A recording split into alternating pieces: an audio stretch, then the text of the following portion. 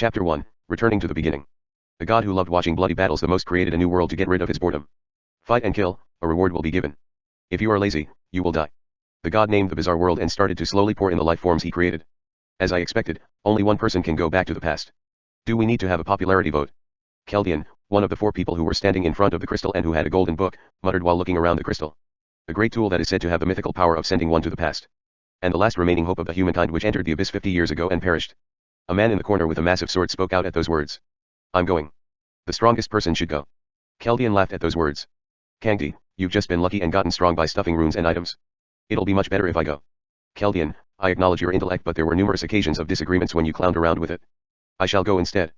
Keldian stared at Ares and then laughed. Ares, you're too naive. Thinking of the troubles underneath you, you disqualify as well. The 3 who were arguing stopped and stared into the distance. Huge dragons that showed off their massive bodies were flying with incredible speed. The temple in which the crystal resided and the woman who saw the real owners of the crystals, Ares, spoke out with a bittersweet face. It seems like it isn't the time to argue. The fact that the dragons were flying here means that the forces they used to buy time have all been annihilated. If those had died, these 4 were the last of mankind. The golden dragon race was one of the top ruling classes even in the abyss. They weren't opponents for the dragons as they struggled just to get this far. Ares sighed with a regrettable face and spoke while looking at the man with the black hair sitting in the corner. Although it feels a little unfair, there's no other way. Hansu, you go. Everyone agrees. At those words Kangdi and Keldian held a reluctant face then sighed as well. Can I really not go? I have confidence I can do well. All right. Don't look at me like that. Petty ones. Kangdi plained with an extremely pitiful face. Then Hansu sighed with a tired look. Can't I stop fighting now? Hansu shook his head. 50 years since the Great War between the original races who had been dragged into the abyss. The survivors had to fight rigorously every day for 50 years. Just to survive. I fought too long. Hansu shook his head. As if it's alright to die like this. But Ares' head shook with a firm look. You are the one who has to go. The 4 people here including herself arrived this far because they were the most outstanding of the 7 billion people. They had confidence to do better if they returned to the past, and to do so they needed another chance. But everyone knew inside. He's the one who has to go. The ruler classes of Abyss were so strong that even if they went back in time they didn't have a blanket guarantee that they could win against them. However, he started 20 years after they did, yet he stood shoulder to shoulder with them. If he had bloomed his unique potential a little earlier, no, 5 years earlier, then they wouldn't have been pushed back this far. Hansu looked at the 3 and then spoke out. Say something, I should at least listen to the last words of my friends. If it was anybody else it wouldn't have mattered, but how could he ignore their words? As Hansu watched the 3 with a regrettable look, Kangdi spoke out first. You. If you have the chance to acquire my runes and items, take them all and use them. Huh? Don't I give them to the you of the past? Hansu asked with a surprised face. His items and runes were immeasurable to the point that his nickname was Fate Creator. To the point where a huge problem between them occurred. Yeah, it's better that you use them instead of me. If you're going to do something, do it right. Hansu nodded at those words. Ares, what about you? Don't fling off people who approach you just because it's annoying and take care of them. I will try. Oh Eon, you're going to save humanity, aren't you? Think about how cool it is. Listen to the leader. Well, if the situation allows it. Sigh. Hansu turned his back to the sighing Ares as he asked Keldian last. Keldian, what about you? Oh, by the way, I have no confidence in using my brain as well as you. I have no confidence in collecting all the skills you use either. Keldian replied with a cold face. I don't have much. If you go back to the past, get rid of those cockroaches who will only be of harm during the Great War. And that Light Monarch, kill him for sure. That is my request. Hansu nodded and Keldian smiled with a satisfied smile. Then he lifted up his book and started mumbling something. Then shining light bursted out of the crystal and surrounded Hansu as he disappeared with the light. I should rest now. They wanted to go, but they also wanted to rest. They didn't know their true feelings, so they said no in case they regretted it. Since this chance is literally the last chance. However, since it was decided and he was sent off, they clearly knew their true feelings. Since their minds were now at rest. At the same time they felt bad for Hansu. Take care. We leave it up to you. The 3 watched the disappeared Hansu as they smiled with a mix of regret and relief. Soon the energy blasted out by the golden dragon swept them from above like a storm. Chapter 2, Tutorial 1. Hansu's 5 senses, which had been frozen from the light, quickly started to recover. It succeeded, but is my head supposed to hurt this much? He knew. He instinctively knew that he had really returned to the past. Hansu shook off his headache and checked his surroundings. What time have I come back to? He needed to know exactly when in the past he had come back to. If he had come back too late, then the whole thing would be pointless. Through his 5 senses, Hansu realized that a chaotic situation was occurring. God damn it. What is this? Is there a hidden camera? 100 or so people were standing around and shouting frantically. The surroundings resembled Gangnam train station, but it currently looked very different. The Hyundai building was still standing high, but all the glass had shattered, and there were weird vines and trees growing everywhere. The scene looked like a time 10 years after nuclear warfare. It wasn't surprising that people fell into panic.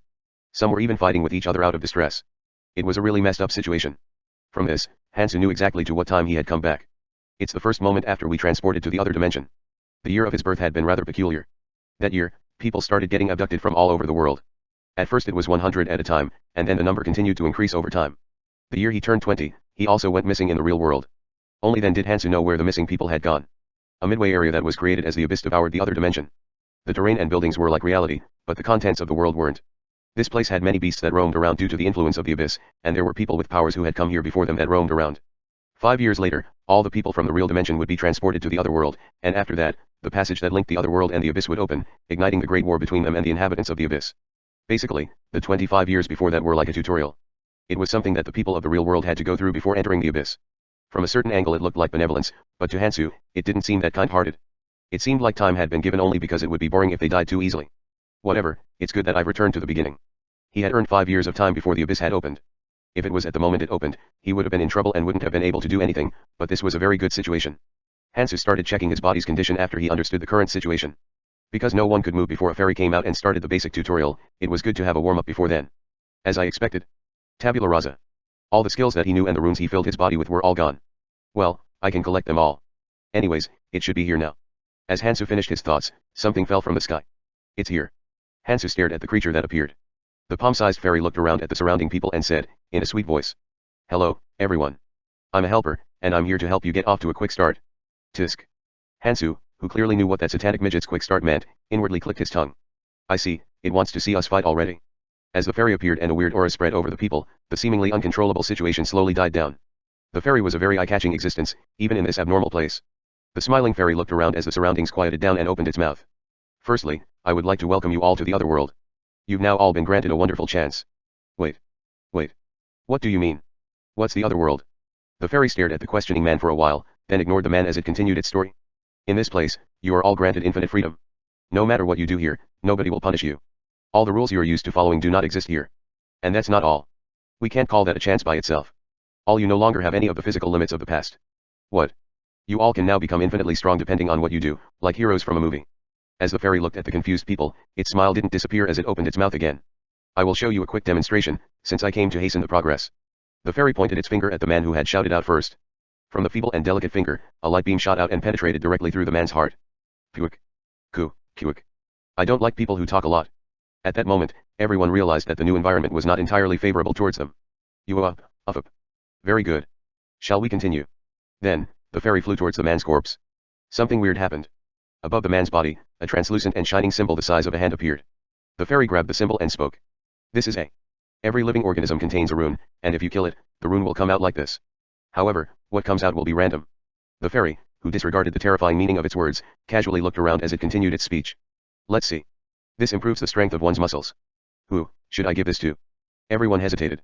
If they acted out, they might get caught in the same situation as the corpse. At that point, Hansu raised his hand. How much he liked the fairy was secondary. One rune helped a tremendous amount in the beginning. Plus, there was no risk involved. There was no reason to not raise his hand. The fairy looked at Hansu and gave a content look. Very good. I like your determination. Put this on the top of your hand. The rune was absorbed into his body. From the outside, there was not much difference. But the fairy looked at Hansu with a smile. Isn't it amazing? These runes break the physical laws. Your muscles were only able to lift 117.1 kilograms before, but it has been increased to 122.3 kg. As Hansu gave a nonchalant face, the fairy felt a bit awkward and turned around to continue talking. The reaction was pretty bland.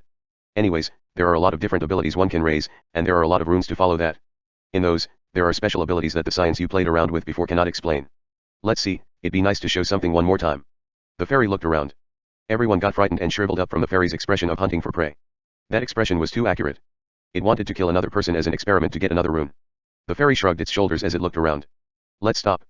I like the number 100. Anyways, keep that in mind. There is nothing bad about any rune that raises any characteristic. If you want to be strong from now on, you need to collect a lot of runes. Your muscles won't improve no matter how many push-ups you do. At those words, everyone started to look around and slowly backed up. If they were killed, a rune would come out and would strengthen someone else. They could all imagine what would happen in the worst situation. The fairy enjoyed the weird atmosphere as it smiled contently and opened its mouth. If you touch your right ear, you can see which runes you have. Humans seem to like things in numbers, so we implemented this 15 years ago. You just need to know that the average human stat is 10. At these words, everyone started touching their ears. Kong Hansu. Strength, 11. Stamina, 9. Strength was increased by 1. A simple and crappy configuration. But everyone was like this at first. It would be weird if normal people had mana. As one hunted and collected runes, their mana, magic, physical defense and magic resistance would be added. It didn't matter if the hunted were humans or beasts. He would probably be around 17. Hansu mumbled, as he saw a muscular man in the distance. A well-trained body. At this point, he's a high ranker among these people. 11 and 17 were only different by about 1.5 times, but it was not that simple. However, he would be in a superior situation in the beginning with that much strength. It'd be a lot for a woman to have a 3 or 4. The fairy smiled and spoke as it looked at the commotion. The starting line may be unfair, but where you used to live was like that too, right? Well, I will give you all a bonus, so don't be sad.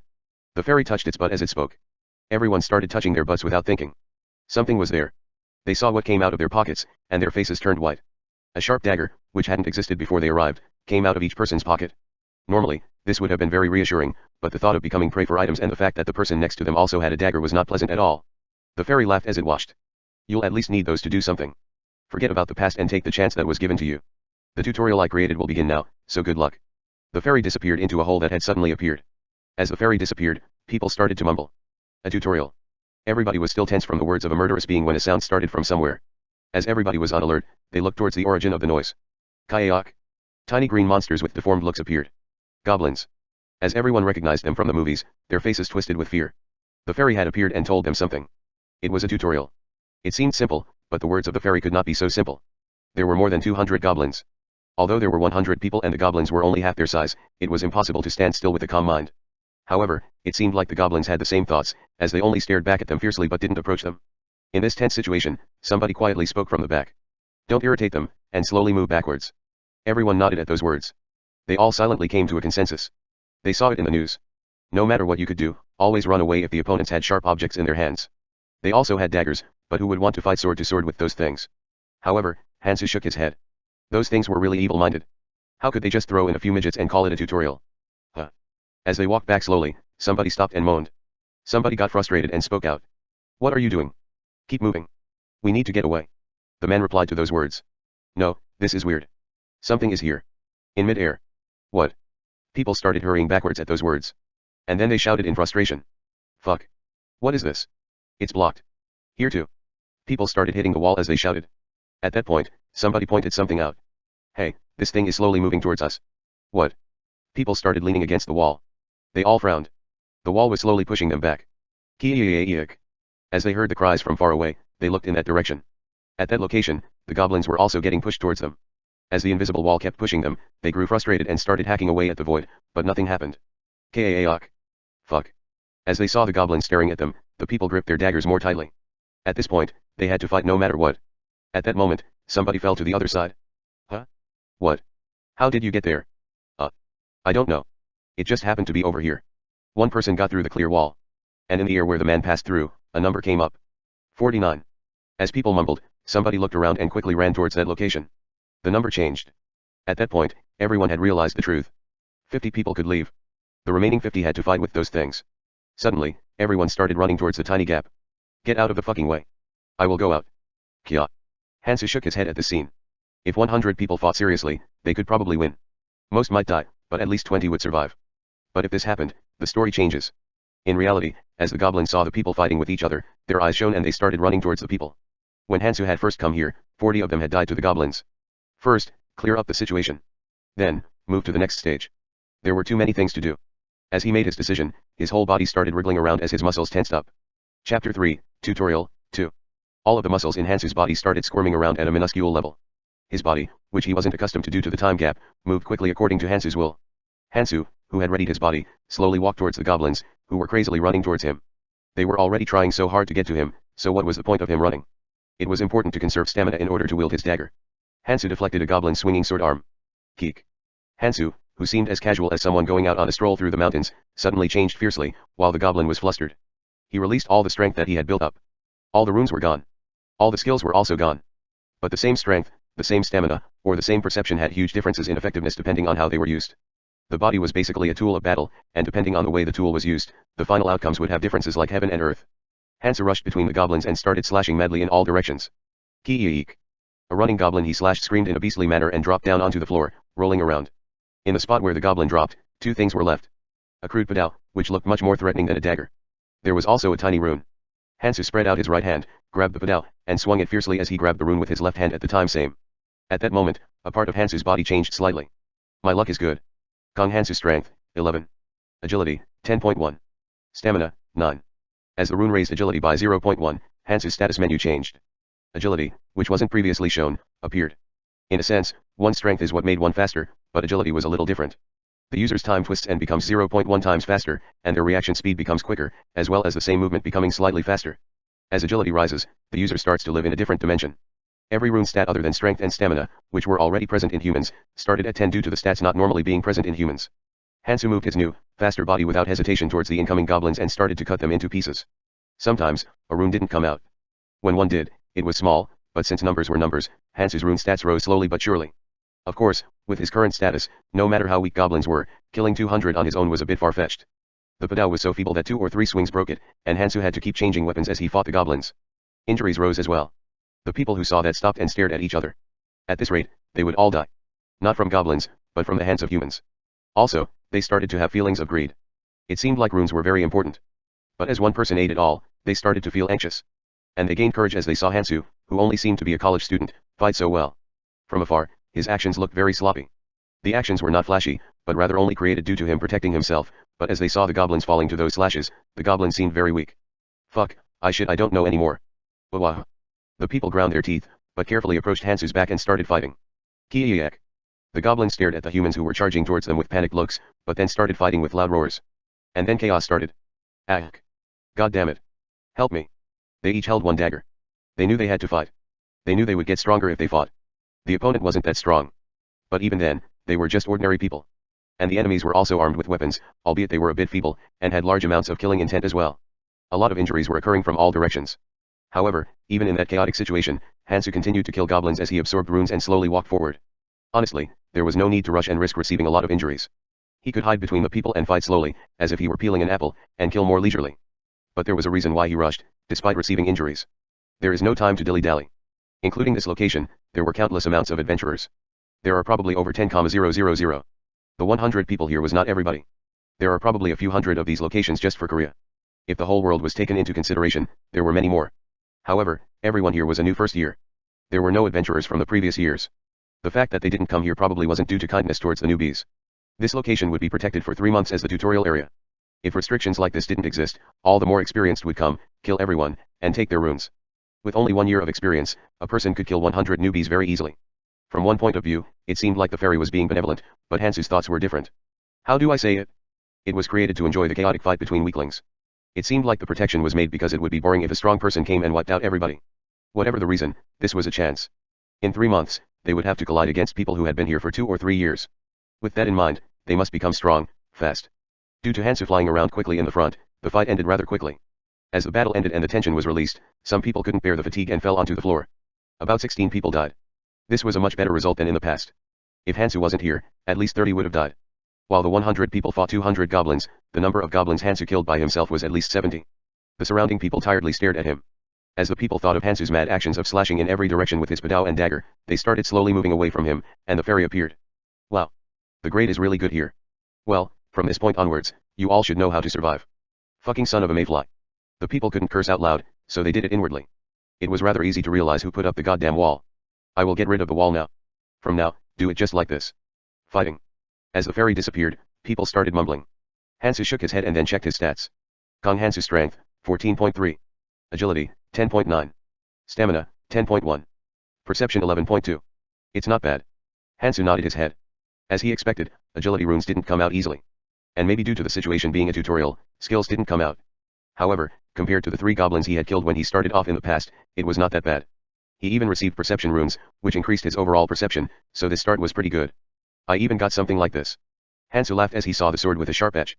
This well-balanced and sharp padao was one of the more useful items obtainable in the beginning. It wasn't a great weapon, but compared to the ones that had lost their edges with a few swings, it was much better. With the dagger attached inside and the padao attached by his waist, his whole body had multiple scars, as he had rushed in order to end it fast. Hansu, who had finished his basic preparations, thought of the things that he needed to do at the moment. Firstly, I won't be able to meet them. He was a first-year adventurer. On the other hand, Keldian, Kangti and Aries were 19 to 20-year adventurers. Since they had started 20 years ahead of him, they were probably running far ahead. So, Hansu thought of the next thing. Well, telling them about the abyss is rejected. The dimensional corrosion of the abyss was sped up depending on how much the corroded dimension knew about the strength, intel, and skill of the abyss. It was like ink spreading in the water. If intel about the abyss were to spread, the invasion of the abyss would start earlier. First, strengthening myself is of utmost importance. He was here in order to change the flow of water. However, having the strength to change that flow of water was the start, and was of utmost importance. And with that, Hansu thought of his friends. Ares, Kangti, and Keldian. It was planned that they would all return together with him. Unlike him, who had become strong by struggling intensively, each of their actions were close to those posted in a guidebook. And their survival was because of their strength. How did they say they did it? They had told him in the past. How they had gotten strong in the beginning. Ares told him. Rejected. It didn't fit his personality, and more than anything, one needed to be at the level of Ares to do that. Next was Keldian. Then, Keldian had eaten all the runes and he quickly rushed away. In my view, Keldian might have provoked them a little. But Hansu shook his head. In the words of Ares and him, who had come to save humankind, doing that sort of thing was absurd. Also, there was more bad than good in the long term if that were to happen. If you kill somebody, a rune will appear, but it didn't mean that the person who took the rune would have the dead person's strength added to their own. Runes didn't drop in large numbers. In reality, the man who had died earlier had more than 20 runes together, if you combined his strength and stamina, but the only thing that was dropped was a single strength rune. If you look at it from the point of society, coexistence was the answer. That was the reason why Ares, who had included everyone, was able to stay as a leader until the end. More than anything else, if he were to think of his plans, killing a person to obtain a rune was forbidden. It might be different if they were to kill others, though. How did Kangti say he did it? This doesn't help either. His luck was too good. Agility was one of the most useful stats out of the beginning stats. The increase in reaction speed allowed one to easily dominate others. And there should be a limit to how lucky one can be, killing a tutorial goblin and getting a regeneration rune. The methods of those three did not fit him. Actually, their methods were a bit lacking. He needed a way to leap over their standards and rush forward with dominance. Hansu knew of such a way. Something like this existed. A long time ago, one of his comrades from the final brigade had told him. The tutorial area, where 10,000 people were trapped for 3 months, contained a secret. In this place, there was a hidden dungeon. For a beginner, the difficulty was immense. So, attempting to complete the dungeon would only end in failure. However, just getting to the halfway point would allow one to have an incomparably immense head start. His comrade, who had only gotten to the halfway mark after a long struggle, became strong enough to the point of entering the final brigade. Becoming one of the final brigade meant being one of the top 100 strongest humans. Because of that, the hidden dungeon was one of the most important locations in the tutorial area. This world was not fit for mankind to survive, but one thing was clear. Something that seemed close to impossible would grant a larger reward when completed. First, I must accomplish that. Hansu set his primary goal. Chapter 4, Tutorial 3. In that case, there is something that I need to solve first. There was a hidden piece. If it did indeed exist, then it would be something that an evil god would have hidden, something that overpowered and theoretically unobtainable in the beginning.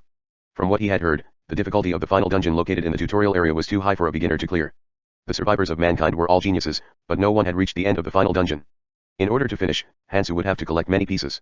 These hidden pieces were hidden around the tutorial area. To clear the final dungeon, he must monopolize every remaining hidden piece and become stronger. Let's see, the first hidden piece was said to be located in the nearest train station. The tutorial was split into 2 stages. The first stage was one in which the first 100 people acted together. For 1 week, the 100 people would stay in the designated area, and then for 3 months after that, the second stage commenced in which they would hunt in another designated area. When those 2 stages were over, the protective area would be opened, and they would be able to meet with the people from previous years.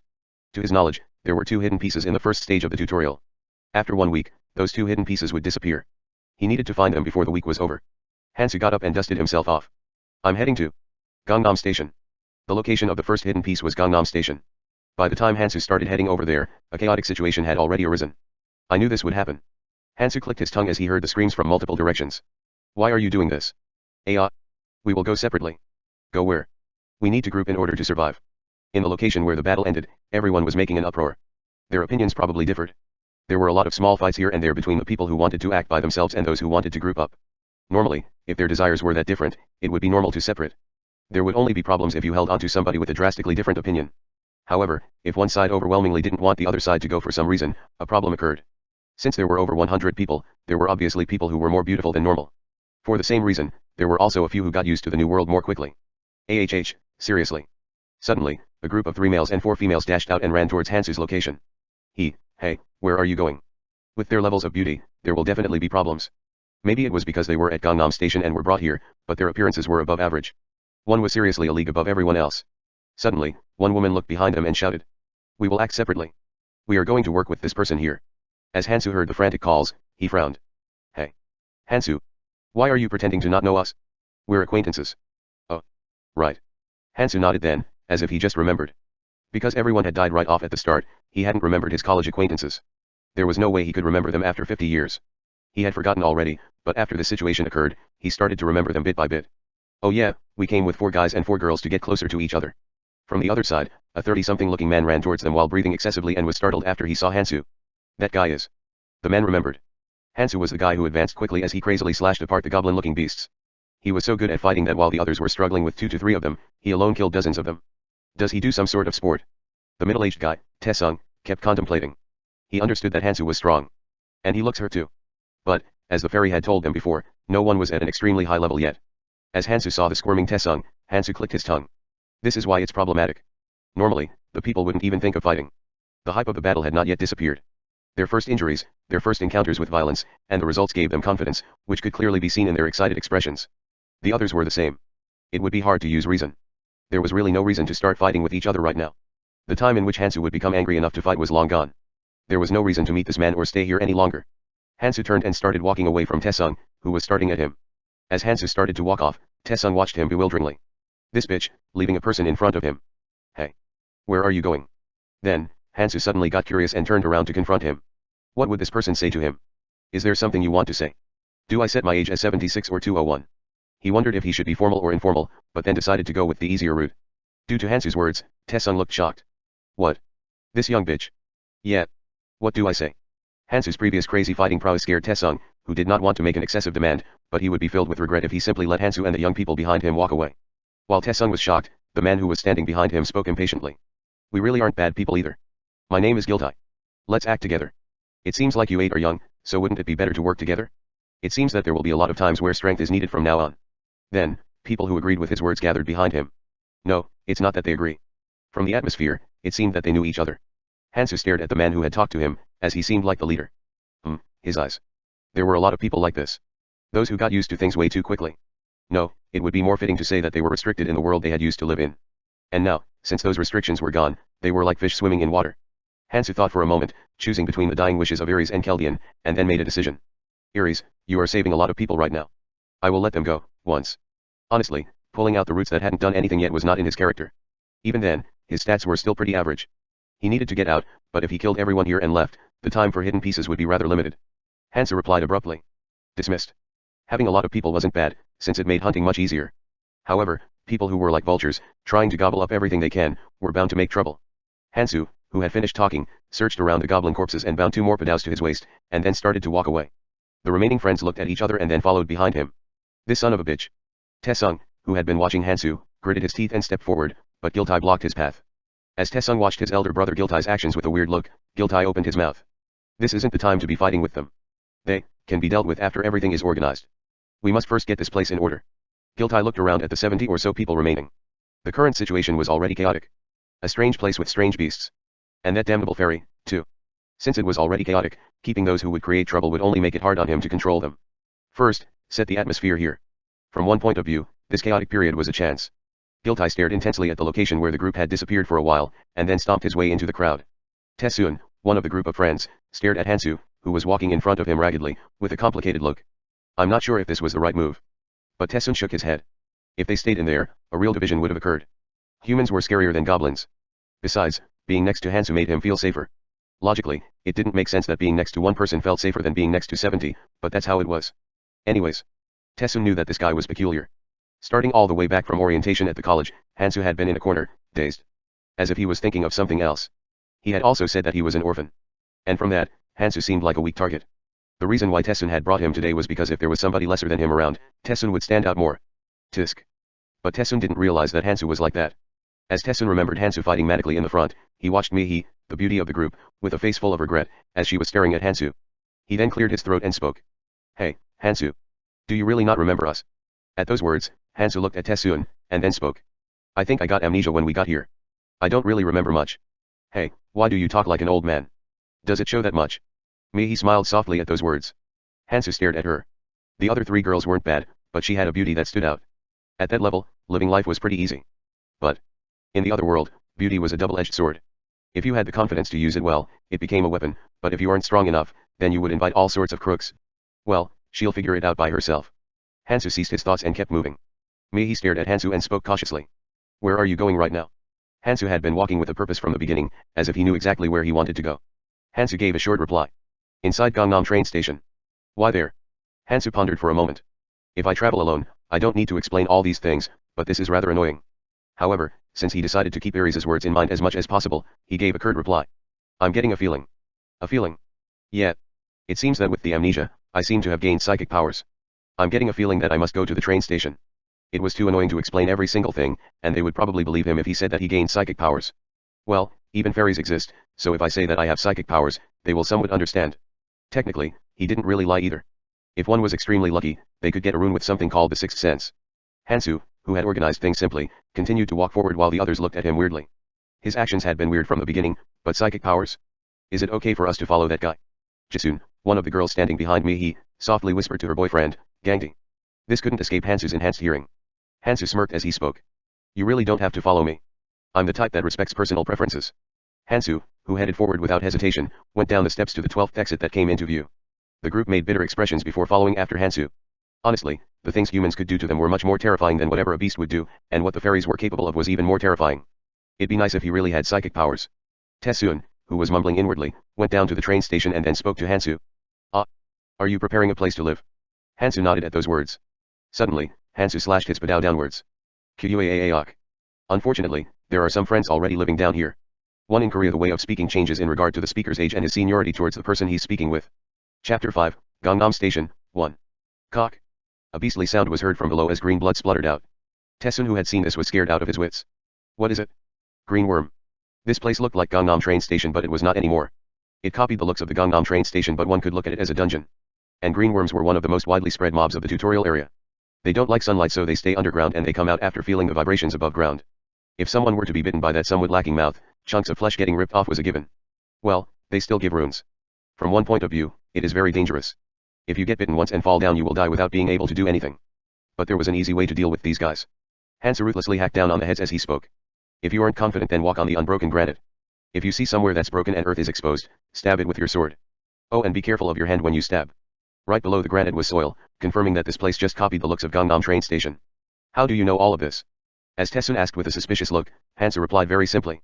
Psychic powers. At those words, the seven who had been eyeing Hansu with a terrified face carefully walked on the granite as they stabbed the areas with exposed soil. Ki-eek. Hansu shook his head at the way they stabbed the earth ruthlessly. 4 of them are useful. 3 aren't quite there yet. Surprisingly, the females were leading. Mihi and Jisun were stabbing the earth with clenched teeth, and Tessun and Jisun's boyfriend were also stabbing the earth zealously. But the remaining 3 were perhaps afraid of the green worms who came out screaming. They were just watching quietly from the back. Hansu didn't really care about those 3. There was no reason to get upset because they didn't join in on the fight. Because the work will eventually fall onto him anyway. Soon there were tiny runes shining everywhere. Hansu was picking the runes that came out from his killings, then turned around and asked with a weird look. Why aren't you picking them up? Then Tessun laughed awkwardly. No, it's nothing much, but isn't it better for you to take them all? Even in games we do something where we give everything to one person. Everyone nodded a little bit. Just because someone assimilated runes, it didn't mean they would become strong like Superman. But if at the moment they were to get caught by those beastly things and get tetanus or something, then they would just die. If they gave all these runes to Hansu and his protection offers safety, it's a better option. Hansu shook his head at those words. The things you kill, you take. This was not his thoughts. If they were going to become enemies from the start, it wouldn't really matter, but if they are going to travel together, they at least needed some rules. And this was the most basic rule that they followed in order to stay together for decades when roaming around the abyss. As I expected, due to it being the start. Thinking that they will protect you because they eat the runes is a very flawed idea. Why would they, since we're friends? Thoughts like, if I'm this nice to them, they will reward me with something. When a situation where one's life is on the line comes along, a relationship built on each other's likes disappear like bubbles. So far reality is still in check, but soon after they will realize it. A situation where one's life is in danger isn't far off in this place.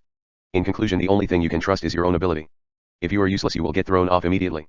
They will realize it eventually, and once they do, they will zealously go for runes and become red-eyed. The above rule was created because of that. I'm not their babysitter, they've got to handle things themselves. At that moment, Tessun mumbled softly in the corner. Hey, look over here. There's a special rune here. At those words, everyone gathered around. Everyone saw it for the first time, but from instinct they knew what use this rune had. If one takes this, then they can use skills, huh?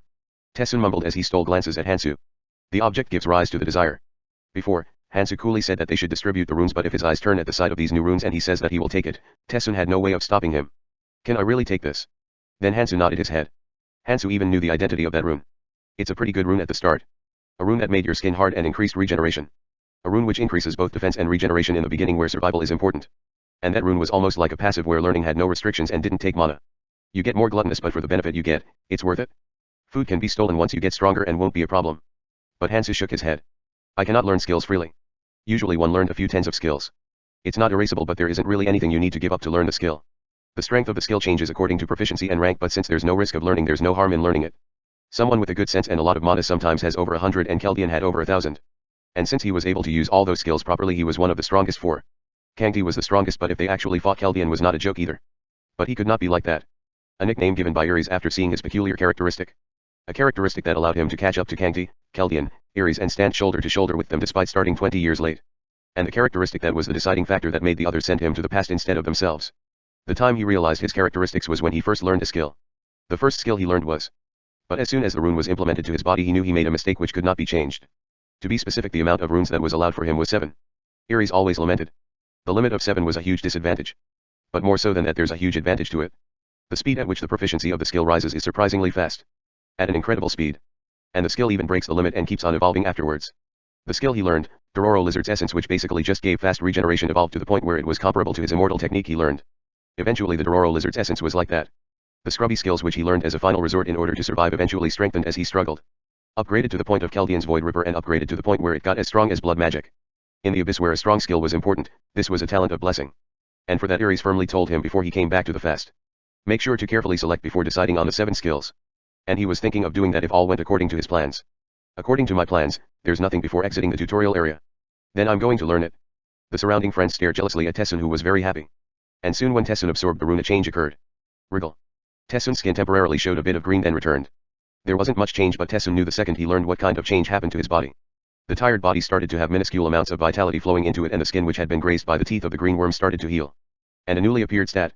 A stat called physical resistance appeared. Tessun touched his ears. Part Tessun's strength, 11.1. Agility, 10.1. Stamina, 12.5, plus 1.5. Perception 10.3. Physical resistance, 10.7, plus 0.7. Ekrol Troll Tribe's Essence, proficiency 1%. Good. The proficiency was only at 1%, but quite a lot of stats went up. Dumbass, giving me something like this. If it was him he would never have given it. Hierarchy should be taken advantage of when it is applicable. I will catch up to you. Tessun, who had counted the number of runes, watched Hansu with a confident smile. While Tessun was doing that, Hansu checked his stats. Kong Hansu strength, 15.3. Agility, 12.1. Stamina, 12.1. Perception 13.2. It's not bad. The level where it was not bad, but rather it was extremely fast-paced compared to the past. Hansu shook his head as he continued forward. But at that moment Tessun came next to Hansu as he spoke. It'll be dangerous from now on, so let's go together. And as Hansu saw Tessun steal a glance at me, he shook his head. There's no way that he's seeing me as a competitor. Actually, this much was cute. In the future one won't know how it will change. Whatever happens, it isn't bad. Even if they split the runes, the speed was fast, so the rate at which the runes increased was faster compared to when he hunted alone. He was worried that Tessun might be in the way, but he was at least working enough for one person. With the 2 as the lead, the 8 kept on going forwards. Thankfully a little bit of light came through half broken down roof, so there wasn't much issue in going forward. Though it was a little hard to see. Quajaduck. Maybe it was because they got greedy after seeing a skill. Everyone was greedily slashing down upon green worms, but they could still not compare to Tessun and Hansu's speed. Anyways, that guy doesn't even have a skill, but he's so much faster than me. Tessun looked at Hansu with a slightly jealous look. Due to the new skill he could dash in with a little less fear. That was the reason why his hunting speed rose. But that guy ruthlessly dove between green worms as if he was invincible and slashed down on heads. No. I will win. Tessun, who could not accept that a guy who was quietly stuck in a corner was much better than him, was slashing down on green worms even more zealously than before as he advanced slowly. He cautiously trailed behind and asked Hansu. But why are we going downwards? Hansu replied to those words. To ride the subway. The subway. As Tessun looked at the collapsing train station with no electricity, he looked at Hansu with suspicion. Chapter 6, Gangnam Station, 2. Hansu thought of the words that Minchul, who was part of the final brigade, had told him. He asked because it was so spontaneous. How did you know about it? And then Minchul grinned at his teeth. It seemed like a simple suggestion, but there was a problem. This train leaves after one day. And that's why it was a hidden piece that needed to be solved by today. Just falling into a weird place was enough to shock somebody, but there will not likely be someone who will crawl into the third floor of a monster-filled cave. But just getting to the final brigade meant that you were an abnormal person, and there were about 4 people who knew about this, and they all got something different. But they all received artifacts. And they were all very useful during the beginning. Let's see what comes out. Eventually Hansu's group had their eyes on the entrance that led further down. He mumbled inwardly. This isn't Gangnam Station. Never had she heard of this entrance while traveling back and forth through Gangnam Station tens of times. Are you really going in? When Mihi asked with an anxious look as she looked at the entrance which permeated a creepy aura, Hansu merely shrugged. I don't know either. I'm just going by how I feel. By the way, anybody can leave or stop following whenever they want to. If one thought about it, there was not really a reason to follow him down. And there was plenty of game around here too. Since there were many green worms left. I'm going in. Tessun said confidently first. And Mihi, who was contemplating what to do, said while biting down hard. I'm going in too. She must be feeling pressured. Hansu nodded his head. She probably understood the situation before. Someone like her is in a more dangerous situation than others. Right now, her face was not a blessing but a curse. If she wasn't going to slash her face, she needed to get stronger. Would it be enough even if she slashed her face? Hansu shook his head after seeing Mihi's body, which was almost about to burst. Jisun and Gangti, who were a couple, spoke after staring at each other. We will stay here. We can just hunt here. Hansu nodded his head. That was not a bad plan at all. It's a good choice to raise your stats while the people higher up are bickering back and forth. And one of the 3 people who were fighting on a small scale, Sangjin, who was following from behind with a scared expression, opened his mouth as well. I will go down too. Everyone made a surprised face at those words, but Sangjin just bit his lips and didn't say anything. And with that it was decided that 4 will stay and 3 will go down. Hansu ruthlessly moved his body downwards. He said, it'll be here when I come down. Hansu, who had come down to the 2nd floor, looked around. Before coming here he had heard everyone's individual tutorial area stories. They were old stories, but due to it being their first impactful experience, everyone remembered it to an extent. The results were all different. The mobs and landscape in the tutorial area comprise of thousands of different kinds, and what was in here was going to be random. But they all had something in common. As I thought, it exists. On the 2nd floor of the train station, a convenience store was always placed there. As if they were rewarding you. Wow! Mihi shouted as she approached the store. The lights were off, but there were plenty of goods including fresh water inside. Mihi, Taesoon, and Sangjin went in and started to collect some necessities. There's even cigarettes. What each took were different. Taesoon took a few kitchen knives that looked like they could be used as a weapon and found a belt-like object to hold them. Mihi blushed as she gathered a few goods like sanitation pads cautiously in the corner. Hansu, who was looking at that, went into one of the corners of the store. It's closer to a market than a convenience store. Hansu nodded as he saw pots to Bunsen burners and even portable burners. As Mihi saw Hansu, who was getting ready to boil something in the corner, she asked with a strange look. Anyways, why did you bring those? Mihi looked at a pouch in Hansu's hands with a puckery face. Hansu had cut the goblin leather into a suitable size, then brought the blood of the green worm within it. Hansu didn't reply to those words and started to weigh the items on the scale meant for mail. It's been innovated with extreme detail. Anyways, it was 800 g of green worm blood and 225 g of goblin leather. Hansu, who had weighed everything with extreme detail, poured the blood in one pot and then ripped up the goblin leather, put it in the same pot and proceeded to boil it. Soon, when the blood started to boil, something fascinating happened. The goblin leather started to melt. Good. Green worms, when goblins invaded, bit off the goblins and then sprayed blood from an injury in its mouth to melt down the leather. And goblins, to retaliate, evolved to counter this. If the blood of the green worm was to touch their leather, it would become poisonous. The 2 species probably lived in the same area for a long time. Whatever happened, the poison made this way showed a powerful might in the beginning. Hansu started to carefully smear the dark red liquid onto the blade. And Taesoon, Sangjin, and Mihi, who had gathered around, watched as if it was fascinating. What is he making? Taesoon made a slightly suspicious face as he spoke. And Hansu replied very simply. It's poison. How do you know the method? Psychic powers, the knowledge is springing up in my head. Seriously, I thought my head was going to explode while memorizing these. Hansu shook his head as he thought of Keldian and the alchemist, Rahiman, who had grilled him. Hansu's magic stat was very high, but just because the magic stat rose did not mean intellect rose. Only that the power of the skill increased. Hansu's information that he had painstakingly learned was called by adventurers. Since even though getting items was important, creating and enhancing them was also of great importance. In the earlier years, there were clans or magi who researched these professionally. Normally a magi like Keldian learned and produced these, but the other 3 in the group of the last 4 surviving people, those other than Keldian, went through tons of stress in order to memorize these. Though only I survived in the end. Hansu, who was reminiscing the old days, remembered Keldian's words. Keldian firmly told him while handing down the combination methods. Hansu, who had thought up to this point, stole a glance at the 3 who were watching fervently but shook his head. They won't know even if they see. Since if the correct ratio wasn't known and the heating time was not done perfectly, then it would be useless. Hansu emptied a nearby shampoo container, filled it with the liquid he created, then applied it to his sword by squeezing the container. Is there a possibility that we can use that too? Hansu nodded as Mihi carefully asked. Of course. And then everyone's faces brightened up. If Hansu didn't follow up with some more words. One application costs either a half strength or stamina rune. Isn't that a bit too petty? Taesoon made an annoyed expression. Hansu shrugged his shoulders. I could just give it to you if I wanted. But if you look at it on the long term, it doesn't seem like a good choice. Mihi nodded after thinking about it for a moment. A one-way relationship will eventually get ruined. And Hansu seemed like a good person to know for long term, or at least he did so far. I will give the rune to you later.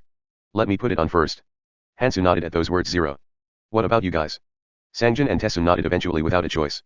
Since we don't have to give him anything if it isn't that good. Or just not use it? The 2 thought as they presented their swords. Careful when you put it on, since there will be severe pain if it gets on your fingers. And at those words the people who were squeezing the shampoo bottles applied the poison carefully. Hansu added something whilst staring into the giant bag latched onto their backs. If you walk around outside with such a big bag, then you will realize why a lure is effective in fishing. If you want to complete it safely, then do it like this. You can't fight with that on anyways. Hansu gathered a bunch of things, then went into a corner where light didn't reach, digged a hole, then buried it. Since they had enhanced bodies and swords, digging in the ground was very swift. Taesoon and Sangjin, who had seen this, started to gather every food item and started to put them into a large bag. Then Hansu shook his head as he saw this. If those all disappear, the guys who come here later will chase us with their lives. Leave some. The 2 who looked at Hansu with a dissatisfied face, started to gather necessities first. He was checking out Hansu thoroughly from afar. I thought he was only quiet. He wasn't only good at fighting. Every single action was extremely reliable. Like a professional survivalist. Won't a psychic power like that appear for me as well? It was weird that he had used the excuse of psychic power since the beginning, but in a world where monsters and creatures exist, something like psychic power seemed possible. Mihi shook her head after looking at Hansu in a strange way. She was quick to catch on ever since she was small. There were countless millions of people who had gone missing, but not one had come back. Which meant it was likely that they were going to spend eternity in this place. And for that she had to adapt to this place fast. I definitely don't want to die. No, maybe dying was a better alternative in some situations. If nothing works. This wasn't the time to look for a man to protect her, but a final method was always important. Mihi looked at Hansu with a strange look, then followed Hansu, who had gotten out of his seat and proceeded to go deeper into the station, while clenching her teeth. Tessun kept on asking Hansu as he saw him walk through the darkness. Is there a way for us to get that psychic power too? At those words Mihi, who had been staring at Hansu, and even Sangjin, who had been following quietly, listened in. Hansu nodded at Tessun's words. Maybe. Really? Hansu's knowledge of his own future was not due to psychic powers, but a few people who come in the other world show special skills that they didn't have in the real world. This was called. Keldian gave an explanation about traits in this way. People who had a very good personal trait showed a faster rate of growth than others if they survived the start. His case was a trait called 7 stars. A large variety of traits existed, and very dangerous traits existed among those as well. I need to find those guys though. Tessun asked with a weird face at Hansu. Why did you get quieter all of a sudden? He didn't really talk about, but he talked even less now. Hansu replied very simply. There aren't many things to talk about. Hansu thought of the annihilation of mankind as he answered. Everyone was at a dried up state without a moment to talk for the last 5 years. As there were opponents such as the tribes of Abyss who seemed to flood them like water, hope had started to slowly disappear. And thanks to that, a person to talk to rapidly decreased. How could he? Tessun clicked his tongue. Was he a loner during high school? Is that why he learned martial arts? Well, whatever happens, as long as there's possibility for him. Tessun, who had always been in the center of the crowd, and who was now in the second man's position, wasn't really used to it. And it wasn't pleasing either. A guy like him develops psychic abilities and can do that much. If it appeared on me, I'd shine even more. And when that happens, he will become the center of the crowd again. Since that guy Hansu is useful, I should keep him by my side. Tessun walked forward with hopeful thoughts. Chapter 7, Gangnam Station, 3. Wait a moment. What is it?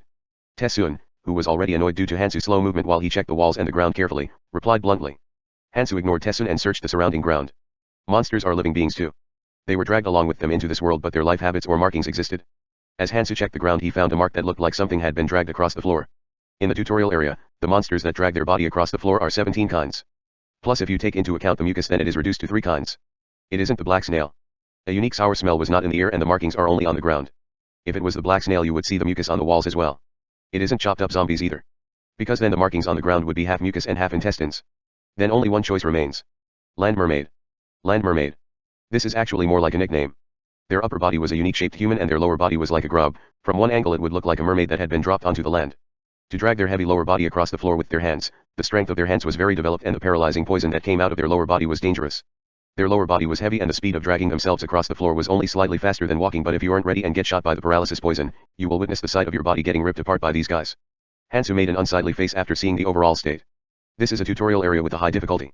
If every tutorial area's monsters were different, then their difficulties were different as well. It's not an opponent that you cannot win against, but it was indeed a problem to deal with. The goblin and the green worm are similar in terms of physical ability and aren't that bad when dealing face to face, but the consequences could be dire if you don't know about them. And because it's the first day, newbie adventurers not knowing was definite. When he had first come here, the tutorial stage ended before he came to the train station, so he didn't know, but it was set up with rather troublesome mobs. I guess I need a little more preparation. Hansu stopped and then returned back to the convenience store.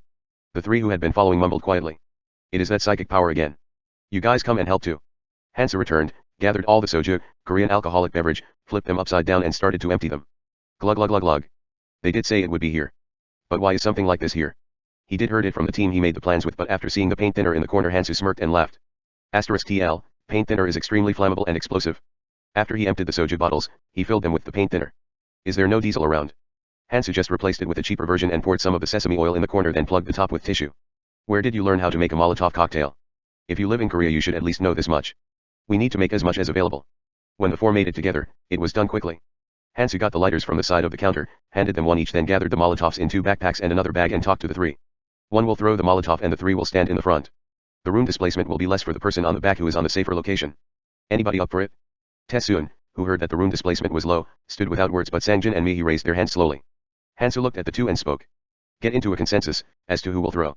Sangjin knitted his brows for a moment, but since he couldn't pick her with the beauty, he was about to lower his hand. When Mihi was about to make a sigh of relief, Hansu threw out another word as a bonus. As a reminder, it will become much more dangerous from now on. Instead of saying let's trade during the fight, decide carefully now. At those words, Sangjin, who was about to lower his hands, stopped, and Mihi looked at Hansu with a resentful face. Mihi looked at Sangjin with a desperate face, but when Sangjin had no looks of backing down, she just gave up. Let's take turns with it? Alright. Sangjin thought for a moment, but since he didn't want to bicker around, he agreed with those terms. Should I just go up? Sangjin pondered for a moment after hearing that it was dangerous but then shook his head. It felt like if you followed Hansu something amazing will come out. He also wanted to be part of that. It seems like he shares it fairly so. If he lent a hand, would they throw him out?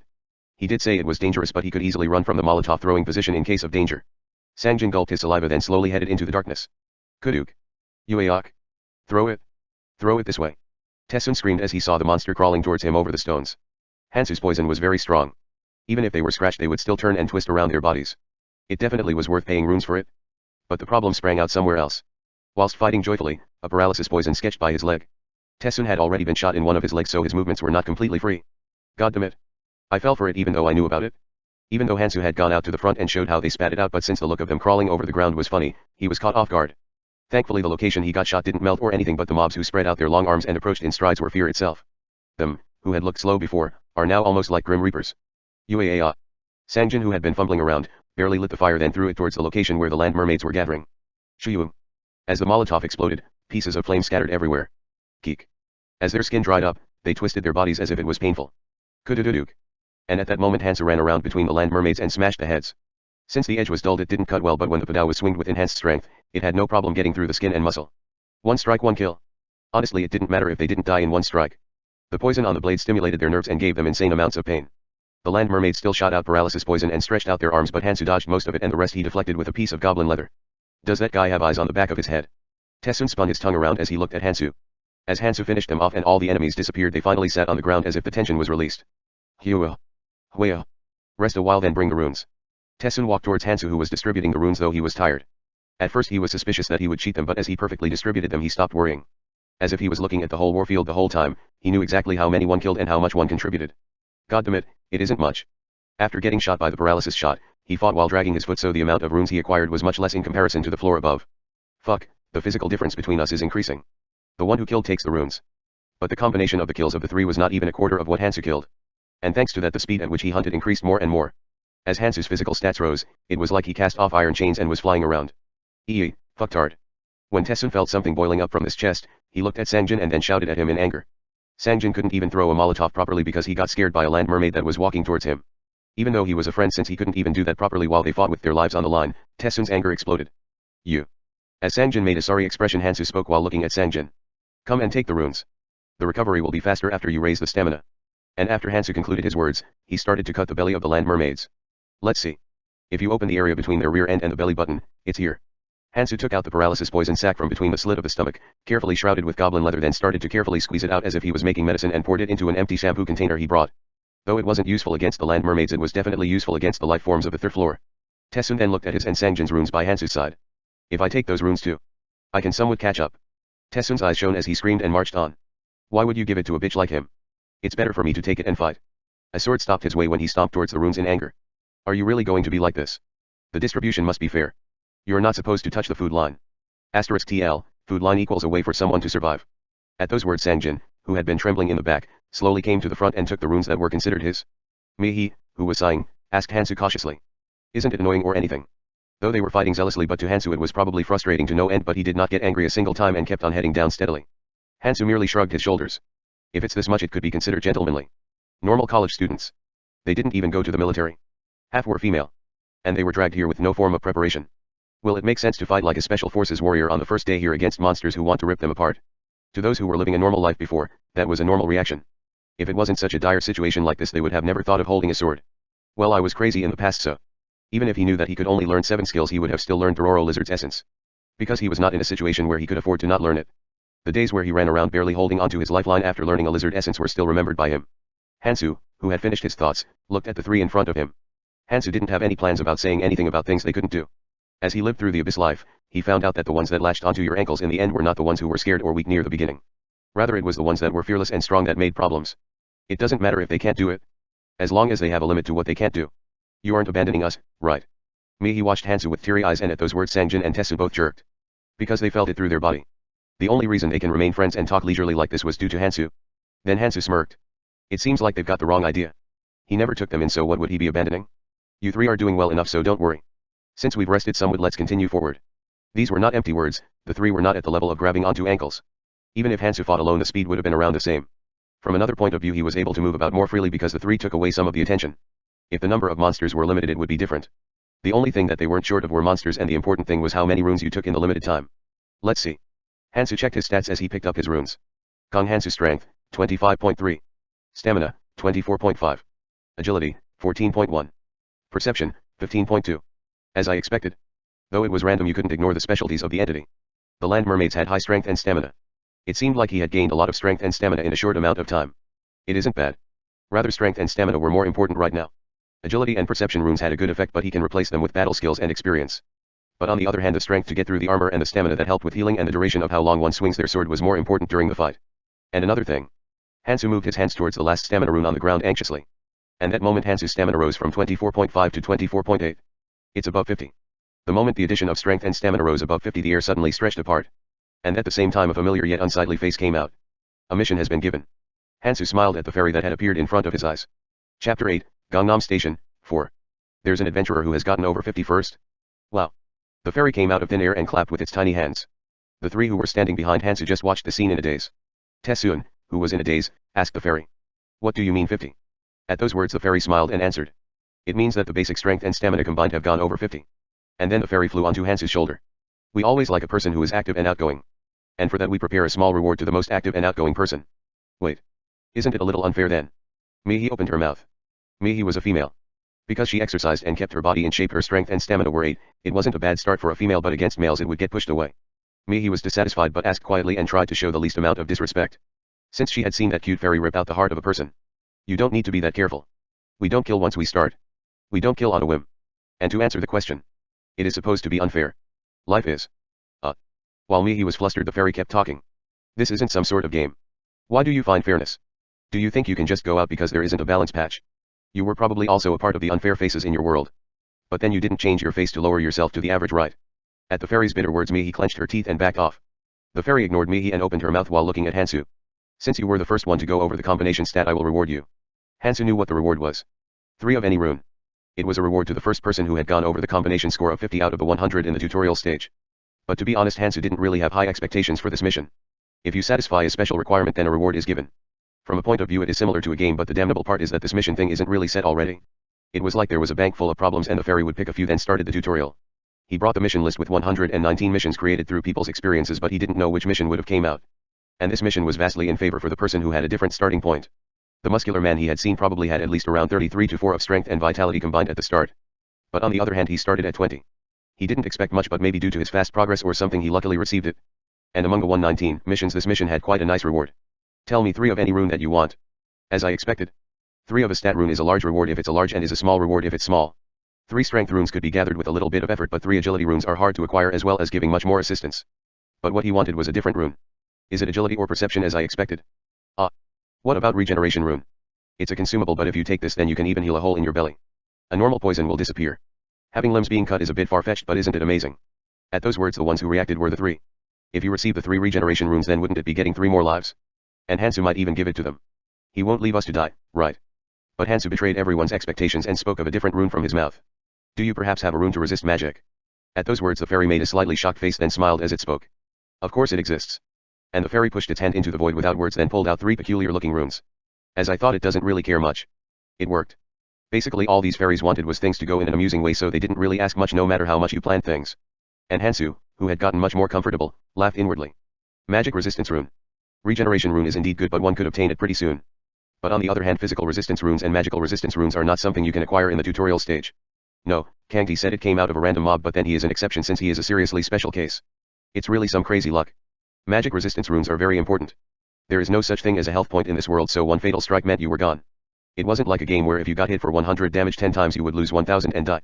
Increasing vitality meant your recovery speed and activeness rose and not tankiness like in the games. And for that, physical resistance and magic resistance were more important than anything else. Just because you use these 2 runes didn't mean your skin got tougher or get covered with scales or anything. It had a more essential solution. The 2 runes, after controlling their numbers, reduced the incoming attack itself. This is similar to a game's defense or resistance. As Hansu ate the runes, his stats were altered. Kong Hansu strength, 25.3. Vitality, 24.8. Agility, 14.1. Perception, 15.2. Magic resistance, 13. Magic resistance, which was fixed at 10 from the start and had no reason to be displayed, showed up as it increased by 3. As his surroundings lashed about he could feel the laws which were applied to his body getting twisted a little. Good. With this I gain resistance to skills. He pondered between physical and magic resistance, but in the end magic resistance is the best. To be honest, in the tutorial area most attacks were physical if you take into account for the attacks you would receive. But physical defense can be filled in to an extent with his experience and battle skills, but on the other hand magic attacks with a wide range of attack and a few vicious skills couldn't be dodged once they were cast. There isn't a beast or human who would use magic with the normal tutorial difficulty, but the place he was challenging were the dungeons with hidden pieces. Of course it wasn't something that lets you get hit 3 times and survive instead of getting hit once and being gone. Just reducing the damage to an extent. But there is a huge difference between getting killed on the first strike and surviving to land another slash of a sword.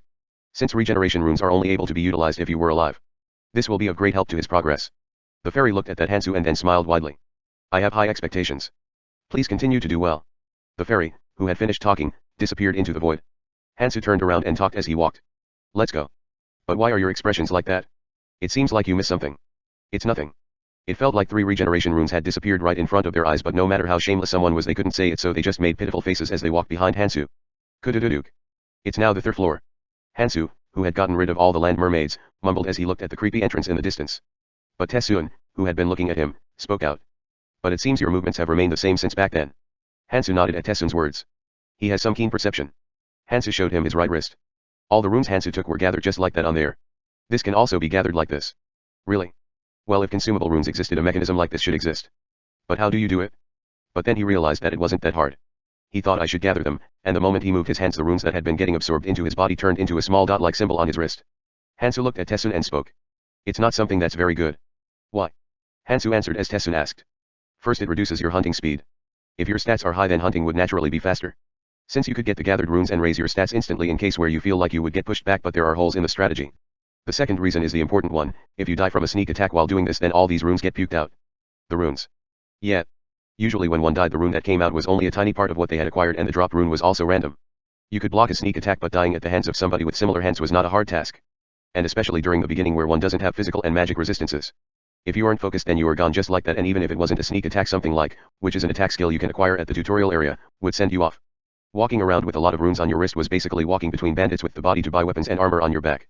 Then why do you gather them? Hansu gave a short reply to Sangjin's question. Because we can trade with each other. After the tutorial there exists currency which the adventurers had created. The 9 strongest clans created by the existing people. The common currency created through the agreements from 2 neutral clans of the, and. The runes were of too high value, so using them wasn't suitable as currency. But in the tutorial area where adventurers couldn't get into, runes could be used as currency to some extent. 2 of the people who cleared this hidden piece told him. As far he knew, that mission was the only mission of a first-come type mission in the first tutorial area, so there was no need to keep raising his stats vigilantly. If he was in a perilous situation while fighting, he could just simply use the runes, and there shouldn't exist anybody who could kill him anyway. In this case he could just gather the runes and trade if he was lacking, then just simply wear the artifacts. At those words Tessun and the others started to gather tunes. Hansu, who had seen them gather runes on their wrist, shook his head. You guys can't. Just use them as you get them. Are you looking down on us right now? As Tessun suddenly asked Hansu, Hansu clicked his tongue. As I see it, he wants to get those runes and trade them to raise perception or agility. If your perception or agility rises, then you become better at evading, so you receive less injuries. Probably from their situation they want to go towards the path where they receive less injuries. But how you get rid of the enemies is dependent upon how hard, and how many times you swing the sword. If you lack stamina or strength, then you will fall before you can get rid of the enemy. He had no reason to suffer a sneak attack. He had a lot of experience and intelligence. He was confident physically as well. The techniques were fundamentally different, so he could save runes and fight at ease with the remaining strength and vitality. Tessun, Sangjin, and Mihi were not at that level yet. And they were in front of the 3rd floor. They didn't know which monsters were protecting the train, but it was definitely going to be dangerous. But Hansu just shrugged. Well, if they go down and get wrecked, they will wake up. There was no need for 100 words. If you get hit by a monster once and scream out, you will automatically touch your wrist. He who had been fighting against the crazy monarch slaves or the demons of the abyss but came back to the past, to him this much was almost cute. Just maintain around that pace. Well, do whatever you want. Let's go down then. Are all 3 of you going again? The 3 who had been watching Hansu pondered at Hansu's words. The 2nd floor was definitely hard, but we got stronger. And it was only hard at the start and we got used to it after. The 3 made their decisions and nodded. And if they kept fighting, wouldn't they get something like a mission as well? They aren't really much in comparison to Hansu, but they are still better off than the people above. And we've come this far, we cannot let him go alone. If there's something good, they should share it. The 3 who had decided followed Hansu just like that to the 3rd floor. Chapter 9, Gangnam Station, 5. Hansu, who had entered the 3rd floor, nodded at the light in the distance. A corridor that stretched far. In the space there darkness was best suited for, a stationary train made hissing sounds as it shone its lights in the distance. And because of that Hansu didn't need to search in order to find out what lived in this place. There was a snake that shined silver in front of the train, sleeping in a curled up position. Barb snake. Being soft and squishy, its main diet was normal animals, but it also ate deuterium metals as a secondary source of food. The deuterium metal that is digested within its stomach gets fused with the special liquid released inside its body and gets excreted between the scales.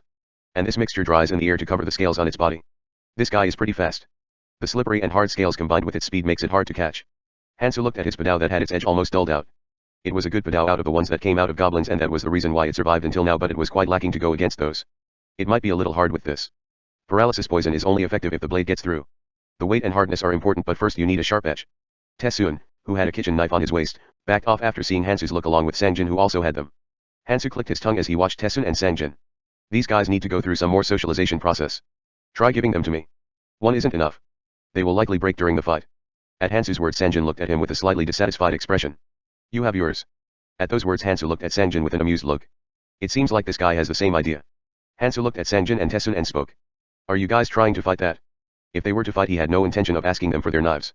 He wasn't in a hurry and there were probably a few left in the convenience store, he could just go back and get some. But unexpectedly they wanted to fight, even though he thought that they would say they wouldn't want to. At that moment Hansu looked at what they could see and knew what these three were thinking. Are they looking down on that thing? The barbed snake was not really a large snake. Its length was only about 3 meters. The length was long, but its body was smaller than the land mermaid. The land mermaid's length was about 2 meters, but it had a lower body that resembled a grub, and these looked more agile. From a point of view they don't really look formidable. But you can't assume things like that. This guy was more dangerous than all of the land mermaids above combined. Hard scales and fast speed. Along with the strong muscles that can crush the land mermaid, as well as sharp fangs and grip strength that do not fit snakes. The barbed snake was a predator that chewed upon land mermaids. And it was also smart, so it went for the weaker ones first. If these guys were to attack, then they would get murdered. It won't be a case where they will cry after getting hit once then absorb their gathered runes, instead their limbs will fall off. How do I handle these guys? There should be a different situation where you should have greed for runes. He had seen these types a lot. Something that always happened during group hunts. They will forcibly join the hunt and try to receive some of the distributed goods. Ares was really good at persuading. But he wasn't really interested in persuasion. It was annoying too. Normally Ares would persuade, Chaldean would threaten and control them with carrots and whips. If a negotiation failed to bloom, then Kangti would walk out to force them off. And if that failed to clean things up, he went out. There was no need to see blood for these. Fun was fun and work was work. He was annoyed with dealing with kids that were a fourth of his age, so he gave them 2 options. I will give you options. First, I will get out and you fight them yourselves. Second, you guys get out and watch me fight alone.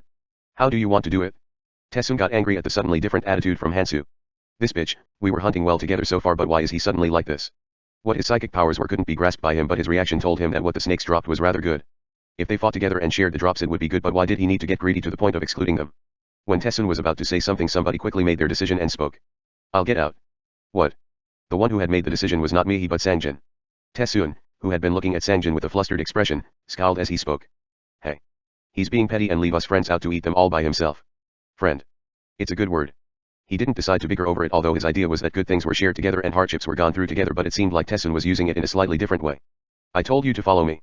I never said I was going to take you. At those words Tessun looked at Hansu with a dissatisfied expression. And Mihi, who had been listening, spoke as she nodded. Let's stop. If Hansu is talking like that, then it means it's really dangerous. If he wanted to take everything, then he would have beaten them down and taken all the runes. Even when Tessun was in danger after he got shot by the paralysis poison from the land mermaids, Hansu didn't talk like that. From the way Hansu was acting right now meant that those scrubby looking snakes were actually very dangerous.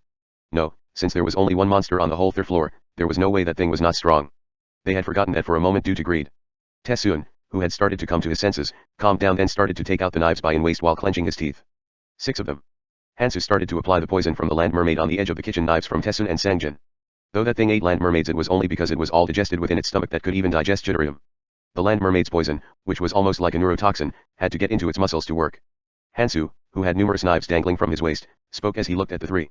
Hunt the land mermaids above. Hunting should be done constantly. Tessun looked at that Hansu and answered expressionlessly. Didn't you bring us along to take us all the way? Tessun grinned at his teeth because he felt like they were used. Hansu smirked at those words. How did I not remember these amusing friends? He remembered clearly that they followed him in here, but it had changed to him bringing them here. You should really be lucky that Chaldean didn't come here. Ah, Chaldean didn't start here anyway. Hansu thought of Chaldean, who was probably wandering around the purple region, and laughed. If it was Chaldean, he would have made everyone above fall into a trap and take all there then started. And because of that he was pushed out of returning here. He's always progressing forward, but the results aren't the best. Hansu looked at Tessun and spoke as he thought of Chaldean. Go stay above. If you aren't lucky, then your eardrums will pop. And then Hansu charged at the barbed snake. Geek. And then a frightening scream was heard, and the 3 who had been going back up realized at once why Hansu told them to stay out. Kaaak. The barbed snake's whole body squirmed as it expanded out, then compressed in an instant. And the air that was expanded and compressed exploded out of the barbed snake's mouth with an incredible speed. Paaak. An attack that had slight amounts of magic. The power wasn't that great, but it was a shockwave that had an impact that shook the opponent's balance by destroying their eardrums and cochlea. Yuck. The body of the 3, who had been standing by the stairs, swayed for a moment by the impact force that rang throughout the 3rd floor. But Hansu already expected that attack after seeing its stomach and neck area. Good. The impact came through the hands that had been covering the ears. But the magic resistance came into play and reduced the damage. Hansu, who had succeeded in not losing his balance, quickly moved his hands from his ears and quickly attacked its momentarily defenseless body. To be precise, the scales were hard, but in between the scales there had to exist a gap from which the melted jitterium mixture came out. The knife with paralysis poison applied to it went in between the scales. Kayak. Good. 3 have been inserted. There were 5 major spinal nerves throughout its body that controlled its body. Hansu, who had touched the nerve after getting between the scales and its ribs, quickly backed off. Kayak. The barb snake, who was decorated with 3 knives within its body, twisted its body while making clattering sounds with its scales as if its body was harder to move than before. As expected, poison is the best in the beginning. The beasts and clans in the later stages had incredible amounts of resistance and regeneration, so most poisons basically had no effect on them. And if they also use skills, it gets even harder. But poison was one of the extremely effective methods against the monsters in the beginning whose body were smaller and had less resistance. Even him, if he didn't have the paralysis poison, would have struggled a lot. Well, it's easy now. He was bitten on his arm when he first inserted the knife, but due to him raising his vitality the wound would heal. Hansu charged again to insert 2 more knives into its body, then finished it off by stabbing deeply within the roof of its mouth with the last remaining knife. Hansu made a weird sound as he looked at the skill rune dropped by it. The skill rune was shown next to a few stat runes. Barb Snake's shockwave. To use this thing he needed mana, so he couldn't use it yet. But in the case where he gained a mana rune during the tutorial, it would be an effective tactic in the beginning. Well, the visualization of it coming out of the body was not great, but as long as it was effective. As I expected. Due to it being a rather strong mob, the rewards are. And the 3 who had been standing afar off slowly crawled up and spoke out after seeing the skill rune on the ground. Are you going to use this, Hansu? Tessun mumbled with a jealous-filled expression while looking at Hansu. Because the already strong guy would get a skill rune, so now he would start flying around. Damn it. At those words Hansu shook his head. I'm not going to use it. He could only use 7, so why would he use something like that? What? Sangjin stood up and shouted. Then can I use this? If he wasn't going to sell it, didn't it mean he would give it to them? Tessun scowled at Sangjin's shout and spoke. What would you do with it? It'd be better if I... What are you guys talking about? I'm going to sell it.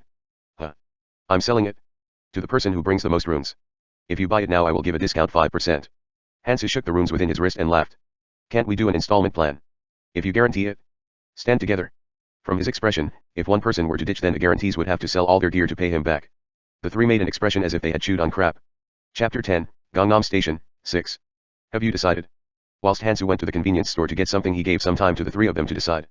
And then Mihi nodded her head. Well. They probably know. You can realize just from Tessun's situation. Stats were important, but skills were also very important. If that skill went into somebody up there, then the gap they created through diligent hunting could be crushed in an instant. And to prevent that, a trustworthy person of the 3 would purchase the skill. In conclusion, gathering up the runes has been beneficial. The runes that one person has is rather lacking to buy it, but it could easily be solved by lending. Hansu asked while chuckling. Whom was it decided to be given to? At those words Mihi answered. It's me. As I expected. He guessed somewhat to this extent. Since Hansu saw Mihi pick up a mana rune earlier. No one was there to big her who killed it, so from her taking it quietly, it seemed like she wanted to hide it. Well, the more hidden cards you have, the better. Whatever happens, that skill required mana. And because of that, for Sangjin and Tessun who had no mana, it'd be rather burdensome for them to invest in the skill rune. Since they would never know when a mana rune would come out. But Mihi had already gained mana runes and already confirmed that mana runes can drop from hunting. And from her situation where she had already confirmed the performance of the skill, it would have been very enticing. And the remaining 2 probably felt safer giving it to Mihi than giving it to others. Mihi borrowed the runes from Sangjin and Tessun while shaking their hands and then approached Hansu. Good. Here they are. There are 3 each for agility and perception and 7 each for stamina and strength. Since I said I'll give a 5% discount, I will only take 6 strength. You're quite thorough. Mihi looked at him with a slightly resentful expression. With that many stats you could really become strong. She had fought a few times, but you can tell instantly. Not having runes is getting closer to death. Though she had gotten a skill, she seemed to have felt a little regret. And Hansu looked at Mihi's expression and chuckled. Don't think that it's too much. If you get into the habit of getting free things around here, you will die quickly. There is no trade in this world that does not cost in some way. Whilst chasing costless things, the cost will have stacked somewhere else and will explode. It wasn't somewhere like a Mart's food sample corners where no one would say anything if you eat and run away. Let's see. Since the barb snake was dead and the trade was complete, there was something he had to finish here. Hansu started to look around the train station. The existence of a barb snake means there is jitterium ore nearby. And indeed there was a few orange ores that sprouted out like crystals near the train station. Hansu grabbed them with his hands and rooted them out. Tududuk. It was very elastic despite it being a metal, it felt like pulling rubber. Hansu started to mold the jitterium with his hands. And the 3 stared at Hansu. Spike. Needle. Tessun stared at the jitterium metal that was being molded like clay enthusiastically. Hansu left the needle that was molded to about 20 centimeters in the corner, went up to the barb snake, ripped off the scales and started to rip its stomach open. Shuok. It's here. Hansu made a delighted expression as he saw that the lysate solution sources hadn't dried up. Hansu took out all 6 of the lysate solution sources, then set up the burner and the pot and started to squeeze them above the pot. Plop plop plop plop plop. And soon the pot was filled with a green liquid. And when the liquid started to boil, he started to break apart the scales of the barb snake and started to throw them in. The hardness of the scales on barb snake skin was extremely powerful, but it wasn't to the point where you couldn't break it. It's not good enough for a weapon. So he had to make a new one. In the same way the barbed snake made his scales. Shockingly, when the hard scales entered the boiling lysate liquid they all melted down. And Hansu, who had seen the green liquid slowly turn silvery, plopped down the jitterium metal he made once it turned completely silver. And soon a change occurred. Kororuruk. The jitterium metal, which did not exceed 20 centimeters and barely entered the pot, started to absorb the liquid aggressively. The needle, which had an orange tint, started to change its color very quickly as it absorbed the liquid. And soon the size increased gradually as well. The needle, which hadn't reached 20 centimeters before, was already over 1 meter long and the width was as thick as a thumb. The end is a little blunt. He molded with all his might, but due to it being hand molded as well as the enlarging process, the tip was a little blunt. Hansu held the needle with all his strength and started to grind it with the dulpadao. Kududuk. Kududuk. A hardness that barely peeled off when Hansu used all his strength while sweating intensely. Yeah. It should at least be that hard. Hansu made a satisfied expression as he was working very hard to grind it. As I expected, you guys are the best when I'm against strong opponents. If his attacks went into the enemy easily then cutting parts would be good, but once you go against mobs that have decent amounts of physical resistance, cutting attacks don't work well. If one was confident in fighting up close then rather than long swords that cut, needles and daggers that stab are much better in going through the enemy's defenses. While the area of damage is small and secondary damages such as bleeding is hard, if you know the weak points of the enemy and have the confidence to stab the weak point accurately, then the needle is the best. And if I need to go through his defenses when fighting him, it should at least be this much. Hansu thought of the opponent he needed to go against in order to obtain one of the 2 hidden pieces in the first tutorial area. Number 11 out of 134 weapons that can be created with the materials gained from the monsters in the first tutorial area. If you think about, the alchemists went through a lot of trouble for a long time in order to create the best quality weapons out of the low quality materials that you gain in the tutorial area, it should at least be this much. If a Rococo lizard or carnivorous sac came out then he could create an even stronger 1 to 17 or 1 to 96, but barbed snake wasn't bad at all. It would be rather hard obtaining a better weapon in the tutorial area than this. I should conclude now. Hansu, who had grinded the edge to a sharp point, took out the goblin leather he had saved, cut it into a long piece and then applied the poison weakly onto it. Cheek. Hansu nodded as he saw the insides of the leather melt slightly and then wrapped the leather around the handle area of the needle. As he felt the right feeling of a grip in his hands, he made a satisfactory expression as he stabbed into the air. When he uses it later he could apply poison or paralysis poison depending on his preference then. Can't we buy that? Tessun looked at Hansu's weapon with a greedy expression. If it's that much then he was willing to buy it with runes. If Hansu struggled that hard to make it then its hardness was incredible. As he was dissatisfied with the blades that went dull from a few strikes ever since a while ago, it could only be tempting to Tessun. And then Hansu shook his head. From the start you guys cannot use this unless you were high rankers. Since the area of damage is extremely small. And something like this would be especially hard for you guys to use. Well, to be honest it would depend on the user, so I would sell it. Despite that he couldn't make more. I cannot make more because I used all the lysate solution. Tisk. Tessun looked at the bottom of the empty bot and clicked his tongue. Hansu left them like that and moved inside the train. So if I get on this then this should move. He just needed to get on the train and go receive the reward. The battle was over. The barbed snake was already strong enough, but if an even stronger boss came out after getting on the train, how would a first day adventurer kill it? Hidden piece just means it's a hidden mission and not an impossible mission. Hansu went inside the train leisurely and sat next to the pillar of the train. His favorite spot. And then he saw someone getting on after him. Hansu chuckled as he asked. Why are you guys getting on? And at those words the 3 had a slightly befuddled expression. They were not stupid. An extremely suspicious train in the very bottom of the train station. And as if electricity was working in a devastated train station, the lights were on. A feeling of a jackpot. Even in games when something like this exists there will be a jackpot. No matter how one looked it did not look ordinary, but Hansu, who had psychic powers, went in there. And even with a comfortable expression. They have never seen Hansu lose tension before a battle, so the chances of there not being any battles were high. Isn't following him on obvious? But they were surprised by Hansu, who had never said anything about following him, suddenly saying things. This is one person only. Get off. Huh. Only one person can get on. Hidden piece is only permitted to one person. The train was large, but it only moved when only one person was on it. It was made so that the difficulty is at where 20 people need to come down to clear, but only one person can get on. If a god existed then he definitely had an evil hobby. That might not be the case.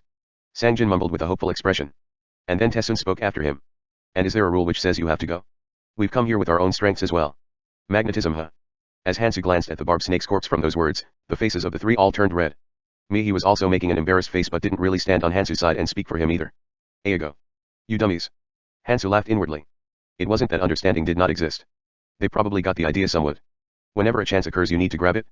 If you miss the chance because you are embarrassed or due to pride then you will realize that that's a very foolish act.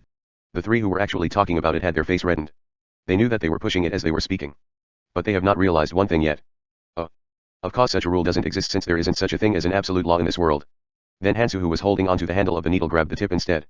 And as the bulky handle spun upwards the needle turned into a bat. Hoong, hoong. The bat in Hansu's hands cut through the air while making threatening noises. You either get out now. Or you deal with me first then talk nicely with your lawyer later and find me in court. Choose one of the 2. Hansu laughed while looking at the 3. Damnable bastard. Tessun cursed as he looked at the train that was quickly making distance while making clunking sounds. It was extremely alluring. That thing that was at the end of the train station. And because of that he pondered for a moment. Should the three of them try fighting him together? He even thought inwardly. Surely he won't be too cruel, we're friends and we've come this far together. If they fought and won they could take his weapon, and if they lose they could beg for forgiveness. Not a bad gamble. And if I take all the runes on his wrist, and even take whatever is at the end of the station. It was basically a jackpot. The chance of success was low, but it was a low-risk high-return case. Tetsuan, who had finished his thoughts, tried to move his hands towards the kitchen knife on his waist but gave up as soon as he saw his eyes. The only reason he was talking over it because they didn't act out. Fucker. He was laughing and the way he was handling the situation was so-so, but his eyes were different. He was watching enthusiastically with eyes that could destroy someone's vitality. As if he was full of expectation to see how it was going to play out. Fuck.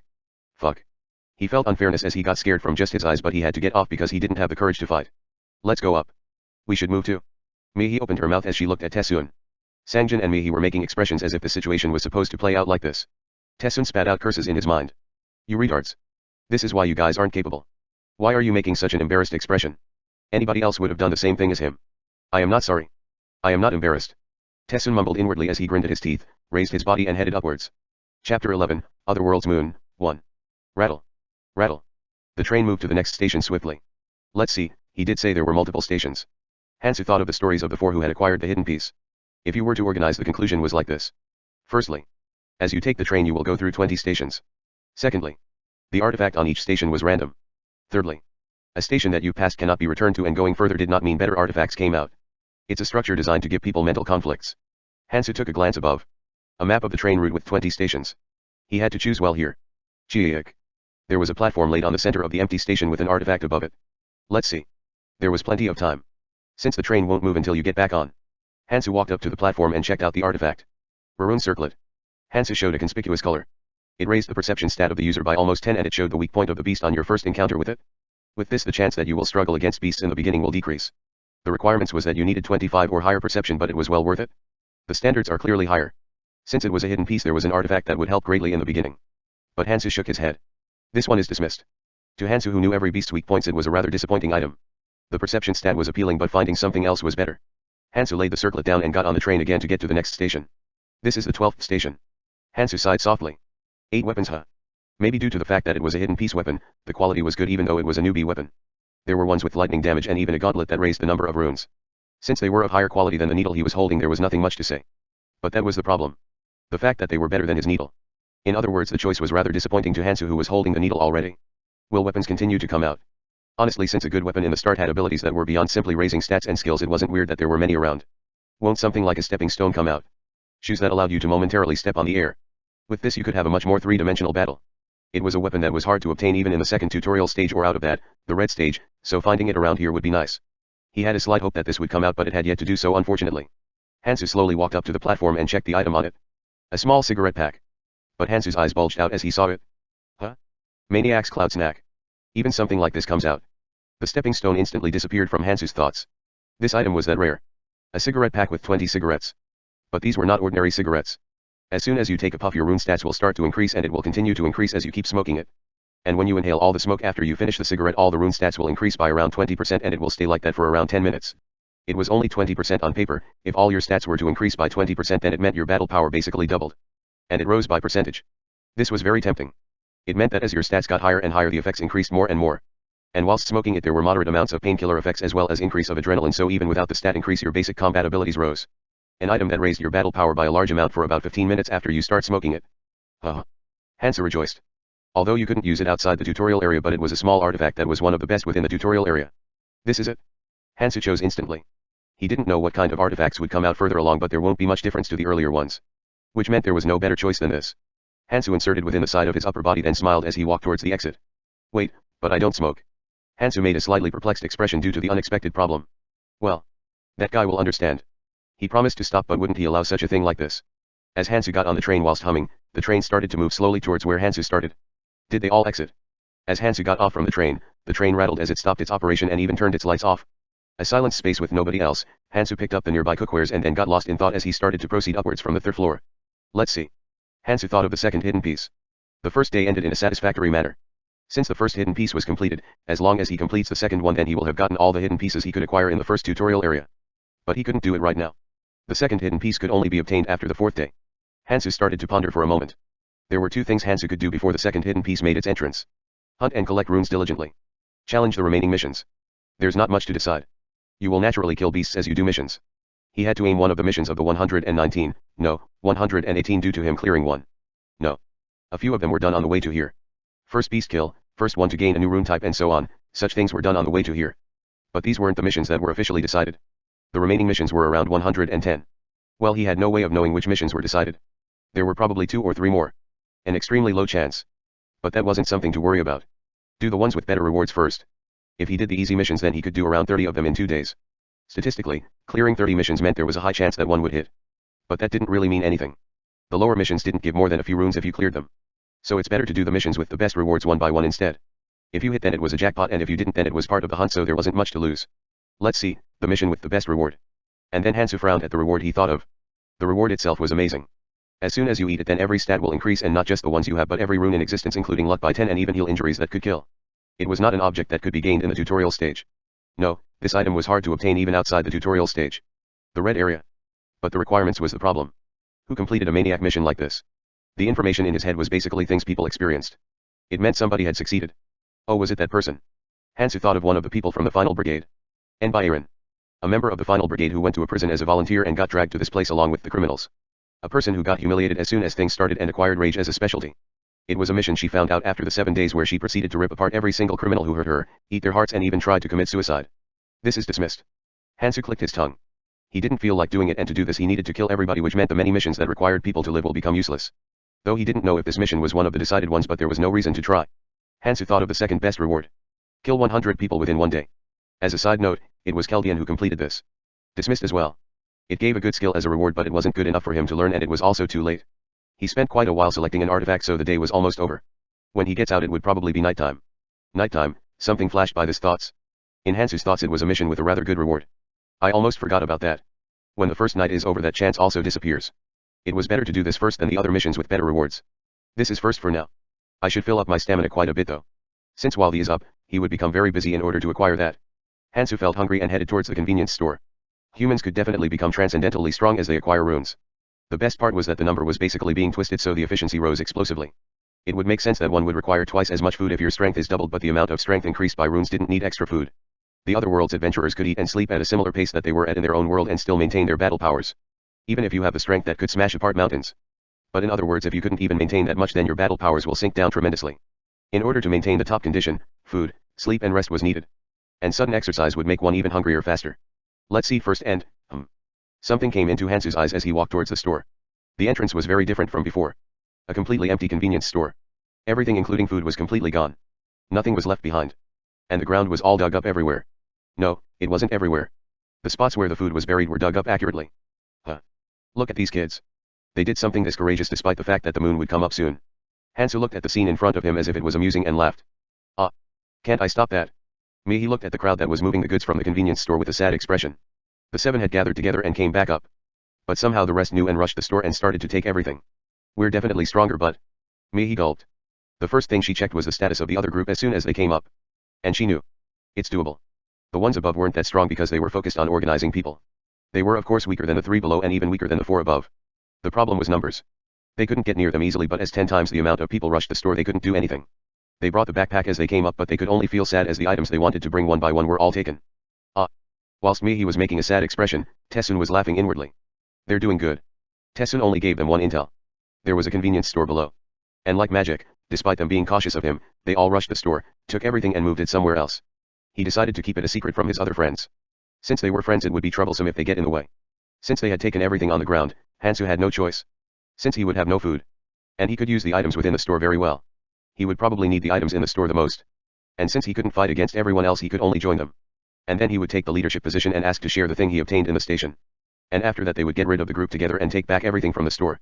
You don't live alone in the world. Tessun had hoped that Hansu would bring something back fast. Chapter 12, Otherworld's Moon, 2. It's Hansu. He shouted in glee as she saw Hansu walking slowly from the station below. Since they were dealing with the large group over there, they could only feel not at ease, but as Hansu came, all the pressure seemed to have been lifted. It's like some sort of superhero making an entrance. He felt her heart thumping as Hansu approached, but there was somebody else whose heart was thumping. Fuck. I don't know if it will work out well. He had spilled the milk, but where was the problem? The situation where Hansu beats down everyone including the 60 over there and the 7 of them. Then he would have basically poked the beast that was sleeping soundly. It could become a situation where he stole the sleeping lion's food bowl. Well, whatever. Since nobody knows that it was me who did it. since he spilled it very softly while beating up a guy who had charged at him. Yeah. I could just fake it and pretend I don't know. Who would know that he did it? Tessun calmed down and stared at Hansu, who was walking from afar. And he ran towards Hansu first as he returned. You're back. But there's a problem. The guys over there took everything from the store. Hansu chuckled at those words and patted Mihi's head. I know. I saw as I came up. Did you gather the food for us? At those words Mihi looked back and mumbled. We did, but there isn't much. Since they prepared anticipating they would bring more from the store, they didn't have a lot of food or equipment. Since there was a limit to the size of the backpack. And even more so since they gathered up female supplies and weapons. But Hansu didn't add anything extra. Well, that could happen. And then Hansu started looked around to everyone. And his eyes stopped at Tessun. Tessun replied as if nothing happened. But it's good, since you're here we can just take it back from them.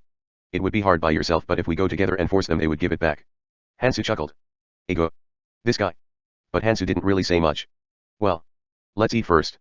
At Hansu's words, Mihi, Jisun, Gangti went up to the food they had collected. Since it was set up in a half broken down cafe, there were a lot of tables and it wasn't comfortable to eat. And soon the table was filled with canned foods and other edibles. As Hansu walked towards it slowly, Tessun threw out something jokingly. I mean, we got these risking our lives, shouldn't you eat after paying us something? And then the cafe turned silent. Hey. Why are you being like this? Mihi glanced at Tessun and talked back. But Tessun had no plans to back down. I can't keep getting dragged around here. And he didn't really say anything wrong. Hansu left the food he would eat at the store, but if they didn't bring it then it would have been taken by the gang over there. In conclusion, this was theirs. And they had brought it with risk, but despite him being Hansu, shouldn't he pay something up for it? And as Hansu made an amused expression and stayed silent, the nearby friends were in quite a turmoil. Hey, if it wasn't for Hansu we don't know where we could be right now. Tessun replied to me. But Hansu told us before also. Liking free things is dangerous. We need to keep it in check here in order to stay together. And at those words Sangjin nodded at the back. It seemed he had some pent-up dissatisfaction from the payments for the poison and the skills. I don't really have something to give for the food here. Tessun spat out something instinctively at Hansu's words. Why not? You have that thing you earned in there, we could use it together. What thing? The four who didn't know the situation made a confused expression as Tessun laughed and said. That guy. He went into an empty space alone. He probably got something from there. If we use that together our survival rates will increase. Let's share it.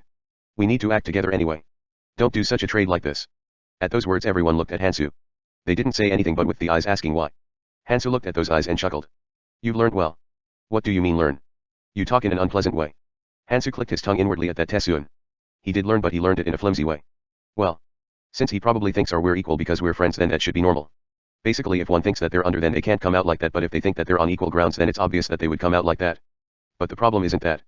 Hansu, who had organized his thoughts for a moment, landed a decision. I guess it ends here. Why would Hansu carry these guys around? He didn't really care for receiving runes. If he killed a few more then they would come out, so why would he rather receive them? This wasn't a game, a time where he went was long gone. Since he had fought too long to do that. The only reason why he was keeping them was because of what Ares had said. The reason why he asked for runes is because without doing that then they will make more and more requests that go too far. Ares, I've done all I can. Hansu shrugged his shoulders and stood up. He wasn't a stingy person, he wasn't going to go or something. How did Kangti manage to say things like this? It's extremely embarrassing. Well, these guys aren't really enemies, if they separate then that's the end of it. Well. It's okay. Stay well. Be strong from now on. Everyone was startled at Hansu's words as he got up. They knew that it would become instantaneously hard without Hansu.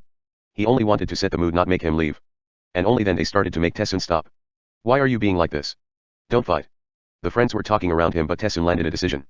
Yeah, get lost. They were 7.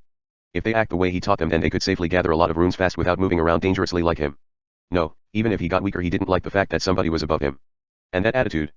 It was an attitude that showed someone like himself was not even necessary. That really pissed him off. Motherfucker. As Tessun saw me he slowly walked towards Hansu, he got even angrier and then spat out. Go if you want to go. Principles and principles.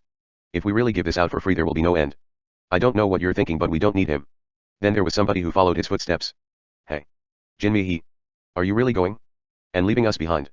Mihi clenched her teeth at Tessun's words. I must live. The reason why the others didn't move because they didn't see Hansu fighting below. Mihi, who had seen that, knew instantly who was safer to go with. I'm going with Hansu. Can you take me? Then Hansu shook his head. I can't take you. Ah.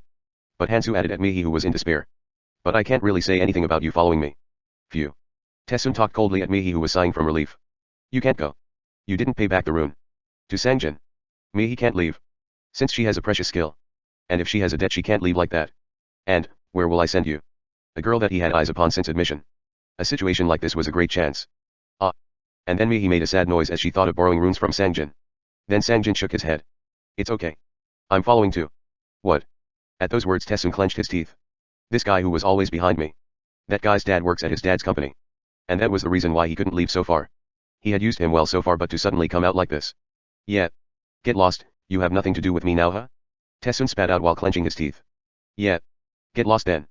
The four who were looking at the bickering between Sangjin, Mihi, Hansu, and Tessun seemed to be in a turmoil, but then decided to stay next to Tessun and move next to him. Since they didn't feel right about leaving and since all the food was here. Tessun looked at the three leaving, clenched his teeth but then shook his head instead. No, it turned out for the better. Now the leadership position has came back to him. They weren't at the level of Mihi, but the three girls here were pretty high quality and there was nobody stronger than him. For hunts he could just watch Hansu to some would figure out the weaknesses and then go hunt somewhere else. And all the food was here too.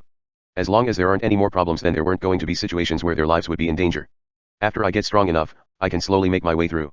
Tessun breathed in and out, then laughed as he saw the friends who were looking at his back and not Hansu's. Sangjin looked at Hansu with a dissatisfied expression and said, "We don't really have to do anything? All the food is with them."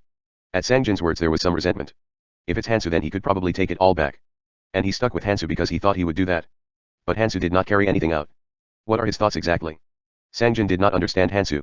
Since he didn't bring out any food, he had the strength to do whatever he felt, but why was he like that? Hansu chuckled at those words. Since he could tell what he was thinking. Well, if they don't know about the moon, the food they have is useless food already. Why would he bicker around regarding things that were already useless? It seems it's almost midnight.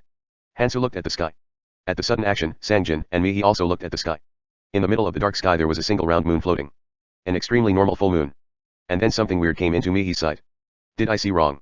Mihi made a slit with her eyes and looked at the moon. It was like something flickered on the moon. Mihi, who had been looking at the moon, suddenly got the chills all over her body and almost felt bad. Blink. The moon blinked its eyes. The surface of the moon split open with a crack and then a frightening eye appeared. The iris on the center of the eye moved back and forth without stopping as it scanned every living organism around. Since everyone's left, let's just eat. Tessun said energetically as he walked towards the table. Jisun looked at Tessun with a slightly anxious look. Shouldn't we at least make up? I think we need Hansu. At those words, flames rose up from within Tessun. That bitch has already gotten lost. Why are you looking for that bitch? But Tessun managed to laugh on the surface. His situation wasn't quite well set yet. If he makes a mistake then they could all leave to Hansu. No. Look at that guy. He has something he had but he's using it alone. He's a guy that would only make trouble if he stayed. Honestly Jisun didn't like that either. If there was something good then it won't even be enough to use it together but to leave just like that. And Tessun, who had seen Jisun's expression, added strength to his voice. And all the food is here too. If they're hungry they'll come back. Won't they listen better then? And then Tessun started to take out the food from the bag. And at that moment something happened. Huh. A strand of moonlight came into the room. As if the light bended. And as if it was searching for something, searching every corner. And at the snake-like light that entered the room, the food that had been shown upon started to burn. What is going on? Tessun rushed and checked the rest of the food. But the food that was stacked was all burnt down without anything remaining. God damn it. How did this happen? Tessun and the remaining four cried out in shock from the strange phenomena that melted down all the food in the interval of a few seconds. Chapter 13, Otherworld's Moon, 3. Huh? Yuh. Sangjin made a shocked face as he saw the chocolate bar in his hand burn down to nothing. One of the few things he took before coming out. When he quickly checked, the contents of his bag and his pockets were disappearing at a fast pace. Sangjin urgently looked at Hansu and shouted. How did this happen? And then Hansu shrugged his shoulders. Even if I have psychic powers, how would I know of something like that? Ah. Sangjin looked at the emergency food in his hands that had turned into dust and made a resentful face but then realized something. Is it possible that the others' food also? As Sangjin quickly looked at the outside of the second floor of the cafe that he used to be at, he heard shouts from all around. What is this? Which bitch planned this out? God damn it. Some guy took everything that was piled here. It's all gone. I'll kill you. A deserted city at a single glance. A place that seemed very hard to obtain food at.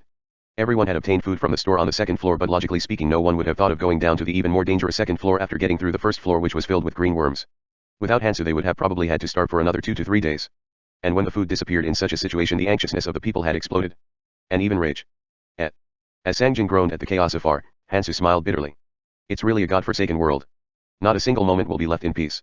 Firstly, because of that, all the foods that one had in possession will burn down and disappear. Which meant that it was impossible to stock up on foods and then nibble away at it. That's why I told them to not take them all. Tisk. If you leave it in the convenience store that it does not count as being in one's possession, so it remains. The reason why he had buried it was to share it with the 7 after climbing back up with them. The residents of the other world must scavenge food every day. No matter if you search for every food within the corners. No matter if you kill a beast, find a way to get rid of the toxicity and then eat it. If only it ended there. And soon another change occurred. White light started to come off from people's bodies. As if they were shrouded with moonlight. Huh. Sangjin panicked as he saw his chance and then looked around. And then he drooled. They could see where every single one of the 100 were. No matter if they were blocked by a wall. The moonlight was showing each other's locations and was sharing them. When he turned around, Mihi and Hansu's body had moonlight coming off of them also. From the feeling of being naked, Sangjin and Mihi clenched their teeth. There was no way that their location being exposed would feel good. God damn it. Hansu, who had been looking at the two, stood up. Since the moon has risen, it was time to move. Where are you going? As the two asked anxiously, Hansu shrugged his shoulders. Gotta do work. It was a reward that could only be gained on the first night of the tutorial and only when you clear the mission while the moon was up. The requirements were rather simple. The problem was that it was on the first night. Most people will figure out their situation after the first night and then will zealously hunt for food. Beasts will naturally come into their views and naturally they will get their carcasses to cook them around the second day, but a situation where one cooks the toxic beast within the first day to eat it was rare. The jar that you obtain after all this is rather simple. It hid the food away from the eyesight of the moon and always kept the food inside fresh. The name was a jar, but it was in the form of a small pouch. And the storage amount is important. The storage amount was 5 times the amount of food you eat within 6 hours. One person's worth meant 5 people's worth of space, 10 people's worth of food eaten meant that you could store 50 people's worth of food. The fact that you could store food was very advantageous in the situation where that damnable was up. He had to eat as much as possible. But, I should cook things thoroughly. It was rather simple, but to do that a lot of preparation was needed. Since you need to get rid of the toxins within the carcass. Cooking, huh? It's been a while. Cooking was one of Hansu's hobbies. Since it was one of the things that made the tongue happy as well as being one of the small moments of happiness.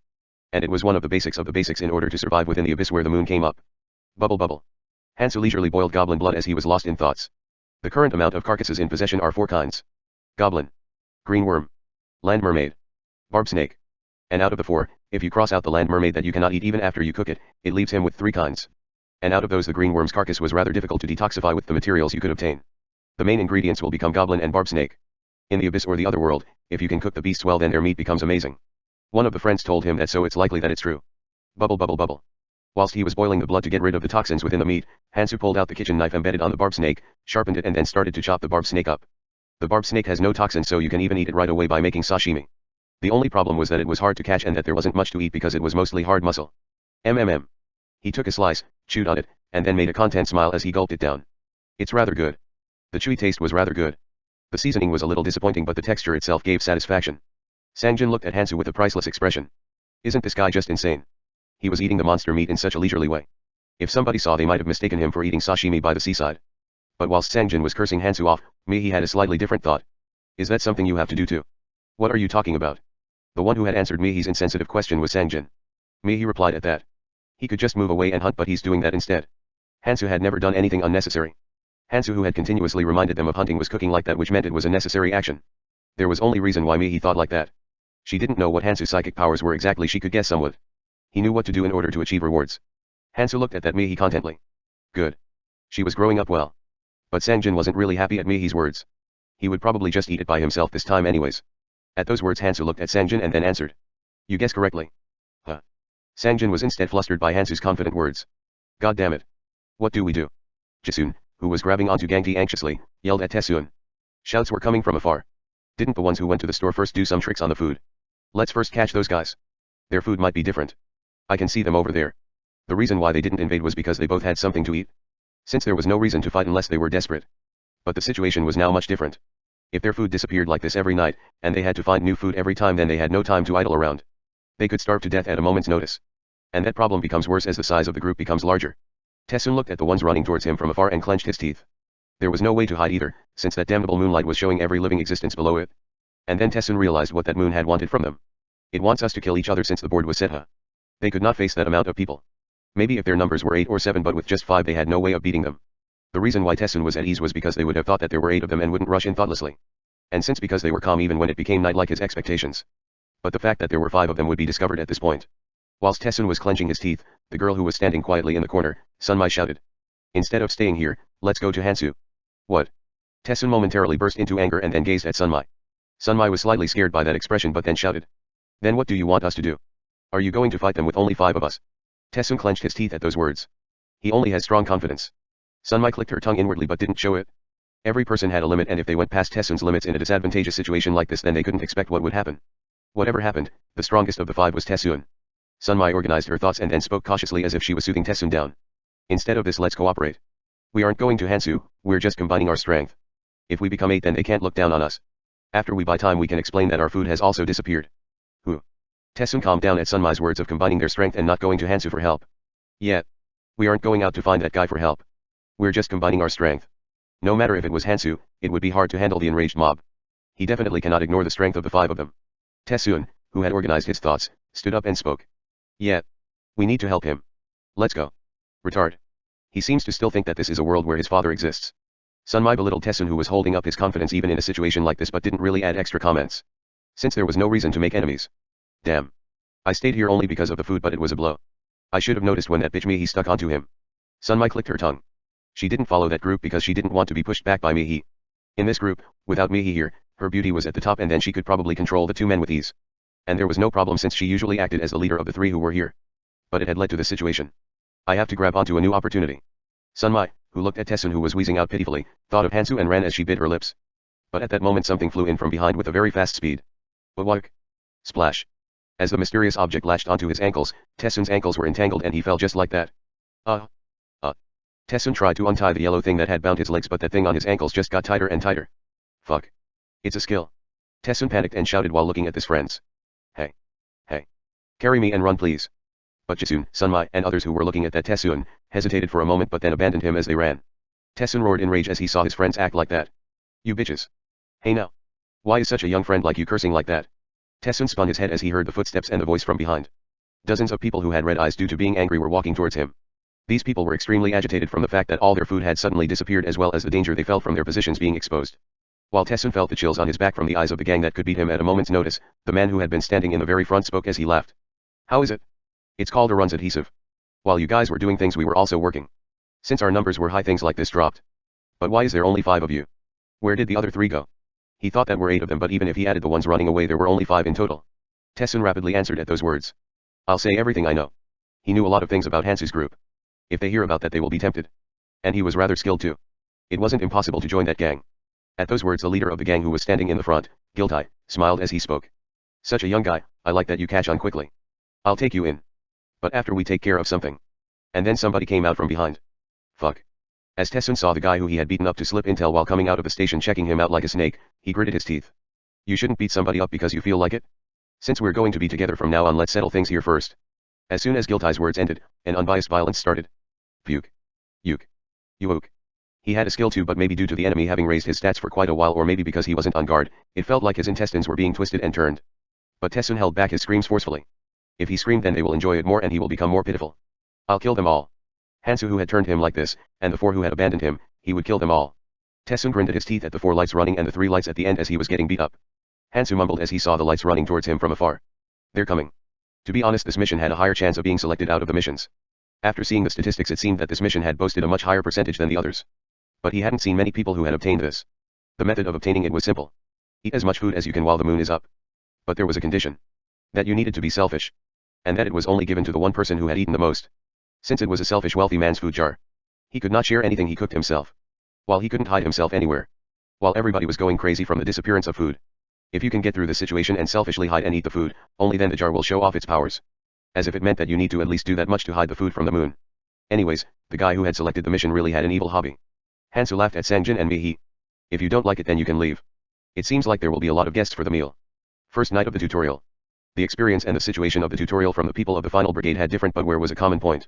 That nobody went through it with ease. Something always blew up on the first night. Perhaps I will be able to complete a lot of missions tonight. Hansu started to warm up his body slowly as he chewed on the barbed snake's meat. Chapter 14, Otherworld's Moon, 4. It's cooked well. Hansu stabbed at the meat with the kitchen knife that was almost completely dull and tasted it while chewing on it. Meat from which the toxins were perfectly removed by being boiled with blood and having been mixed with the green worm's pancreas. There's a lot of juices coming out too. Hansu spoke whilst eating leisurely. Most of the toxins within the goblin meat disappear if you boil it in goblin blood. Just don't eat the intestines or the liver. But they weren't in a situation where they could focus on that. The moonlight was accurately showing the mob of people charging at them. Mihi gulped as she saw the people running at them from afar. Are you perhaps going to protect us when a fight breaks out between us and them? Perhaps if we're friends. Sangjin's expression became bright at those words. Who else would be his friends other than them in this place? He and Mihi had abandoned Tessun and picked Hansu. But Mihi clenched her teeth at those words and spoke. How do we become that friend? Hansu laughed at those words. It's not like a driver's exam, why would there be a condition to become a friend? You might have become a friend suddenly at one point. You don't become a friend who can trust each other and protect each other by fulfilling objectives. You become a friend by protecting and trusting each other in every situation. Just like those guys. Sangjin then realized his misconception from Hansu's words and then spoke as his face reddened. But then how do we deal with those guys? Hansu shook his head at those words. You should take care of yourself at least. Sangjin was enraged by Hansu's careless words. Damn it. Then why are we hanging around with you? But Hansu only shrugged his shoulders. You should figure that answer out by yourself. The fact is that being with me is more dangerous. Sangjin clenched his teeth at those words. That was actually a fact. They followed after Hansu and fought down the dangerous train station. If they didn't go with Hansu and instead hung around the bigger crowd, it would have been safer. And Hansu didn't have any notion of keeping them safe. Sangjin watched the people running towards them from afar as he clenched his teeth. Then he breathed in and out and started to walk over. I thought that we could go to the end together, but you're just too much. I thought that you were my friend, but you do not care for me. Sangjin started to walk towards a direction after ending his speech. And thought inwardly at the same time. But I didn't do anything bad like that bitch Tessun, so if I come back after removing myself for a while, he would probably take me back in. Hansu laughed at Sangjin, who was taking shelter in order to first dodge the terrifying storm. Seriously, huh? Once they tie them together in school for a few years, the word friend seems to have gotten much more common. Hansu talked to Mihi as he looked at Sangjin, who was leaving. Aren't you going to? That's the best solution if you want to be safe. Mihi shook her head at those words. You won't take me back in if I leave. She's really quick to catch on. Mihi clenched her teeth while Hansu laughed inwardly. This isn't the situation to look for an umbrella to escape the rain. The other friend hadn't realized the essential truth yet. They are instinctively looking for a safe place because of the dangerous situation. And since Hansu seemed safe, they had stayed there. But Hansu didn't have the idea to protect them, and they shouldn't be doing that anyways. They should not be looking for safety here. They needed to grow. They needed to rush their growth. To deal with the strong predators that will flood them. And it wasn't only beasts. If you did not want to get eaten up by humans, you needed to become stronger at a faster pace than others. And Hansu was talking very plainly. He said he wouldn't protect them, but did not speak of not learning from him. Didn't he say it before? He won't take them with him, but he wouldn't mind them following. If they rely on something here, they will really die. Mihi came next to Hansu, who was thinking, and started to cook the goblin meat after boiling the goblin blood. This is a gamble. She had too many things to learn. And to do that, she needed to follow and learn from Hansu, who had psychic powers, and hunt along with him. If she could survive today next to him, then she had another day's worth of things she could learn. I don't know when an unexpected variable like that moon come out. Mihi, who had strengthened her resolve, started to sharpen the knife to deal with the ones coming towards them. Huff. Puff. The four who had ran zealously finally ended near Hansu. Sunmai made a ridiculing expression as she saw the view in front of her. Did he come to camp? And why is he using the pot separately? Sangjin was nowhere to be seen, and only Mihi and Hansu were left. The two were boiling something in the pot and were chewing on that. Sunmai clenched her teeth at this. These despicable guys. These two knew a way of preserving the food. It's no wonder they had left in such a leisure. These guys probably knew that all the food had burnt down to nothing. Sunmai, who had been grinding her teeth, breathed in and out and then shook her head. No. This is better actually. If he knows the method, he only needed to share it. And we didn't do anything wrong like Tessun, right? Actually, Tessun being taken by them was a benefit. That senseless guy was holding up his confidence even in a place like this. If she was Hansu, she would not let someone who acted like Tessun alone. Yeah. If you want to go through this harsh world, you need a trustworthy friend. Her mind was much more at ease after deciding. And once her mind was at ease, hunger was rising up. Damn. I just realized that I couldn't get to eat anything. She was in a situation of tension for the whole day, along with the intense exercise that she didn't usually perform made her energy usage much more severe. And it seemed like that the surrounding friends were in the same situation, from their mouths watering from seeing the meat over there. Sunmai spoke out after setting her mind. Huff. You were here. Could we eat together? Hansu smirked and rose from his seat. And held the needle as he drew a circle around the area 3M away from him. Shiik. Shik. What are you doing? Don't come in. What? Are you seriously going be that petty? Sunmai spoke out from utter disbelief. They weren't grade schoolers or something, to draw a circle because they bickered a little. And they were simply bystanders. And the main culprit wasn't even here. But Hansu didn't reply as he went back to his seat and started to chew as he continued his meal. Sunmai spoke out after staring at Hansu for a while. If I enter, what are you going to do? Hansu replied softly. Oh, I don't know. But from my psychic powers it seems that it won't be that good. That bloody psychic powers shows such a thing to her. As Sunmai grinned at her teeth, Hansu just shrugged his shoulders. I know other things too. Like if you stay here it would be dangerous for you. As soon as Hansu spoke, the four quickly looked behind them. They had forgotten momentarily from the security and distraction from the food in front of their eyes. That they were being chased. The mob was screaming in rage as they were running towards them. Look at those bitches. They are cooking by themselves. I know this would happen. Those bitches are the ones that went into the convenience store first. You dare to trick us. And in front of the mob, there was a half-beaten up Tessun. Jisun shouted in glee. Tessun. You were Saf. Shut up. You despicable bitch. You dare to leave me behind like that. Sunmai, Jisun, and the others were startled at the enraged shouts that was resonating through the air. They were indeed in a hurry, but they did indeed leave a friend behind. But Jisun rebutted in a hurry. No, it isn't like that. Listen to me. We were going to come to Hansu and ask for help. This crazy bitch. You dare say that? Tessun shouted as he grinned at his teeth. By that point he would have been badly beaten up. If he didn't beg, and didn't say he would go under them, then it wouldn't have ended this easily and he would have become minced meat. Fuck, to guys who are weaker than me. There's no strong against a number. And that was the reason why he could not forgive them even more. These bitches. I wanted to be together. He could not forgive Hansu, the four bitches, and even Mihi who had betrayed him. And for that he was willing to go through a little bit of humiliation. Whilst Tessun was looking over in rage, the shouts of the people were getting louder as well. But at that point Giltai came out as he shouted. Whoa. Whoa. Calm down first everybody. The new guy should calm down too. It was the words of one person, but they were rather intimidated. He has controlled the mob rather well. Hansu nodded at the guy who had spoke to him when he first left. Since he came with a bunch of scruffy guys who treated him as the boss, so controlling a mob wasn't that hard. Since he didn't seem like a normal person. Giltai smiled as he looked at Hansu. It's good to see you again. A young person has such abilities. Where did you get the meat? Hansu bobbed his chin at those words. Why are you looking for meat from me when there's meat everywhere? Giltai looked around the corpses that had been stacked around him. He ate that. Giltai hadn't already tried that out. Since he ordered a few to try it out. But that food was not something you could eat. The toxicity was so strong that the ones who had eaten are still having diarrhea and were suffering from dehydration. They will probably die. Since dehydration in a situation like this meant death. But he was eating that in ignorance. Giltai organized his thoughts and spoke. It seems that the younger brother knows the method of eating it. At those words Hansu nodded as he spoke so everyone could hear.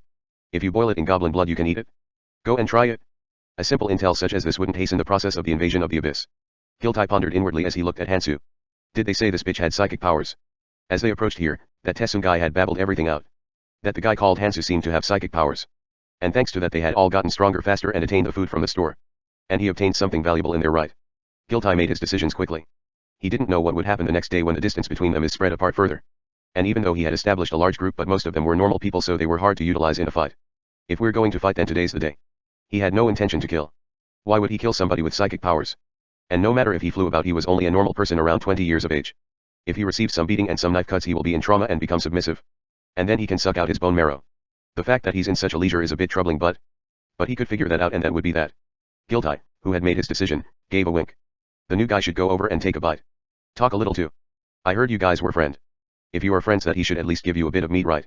Tessun, who was grinding his teeth, started to walk over proudly. If you indeed have some hidden motives, then you shouldn't be able to act recklessly in front of this crowd. Tessun took large steps as he headed towards Hansu's pot. And Hansu, who was watching this, chuckled. I'm sorry that I couldn't keep it even for a day. This seems like the end of it, Ares. From the way these guys were acting, it seemed like Ares would be hard to keep. Since he was closer to Keldian anyway. There was a reason why he was closer to him.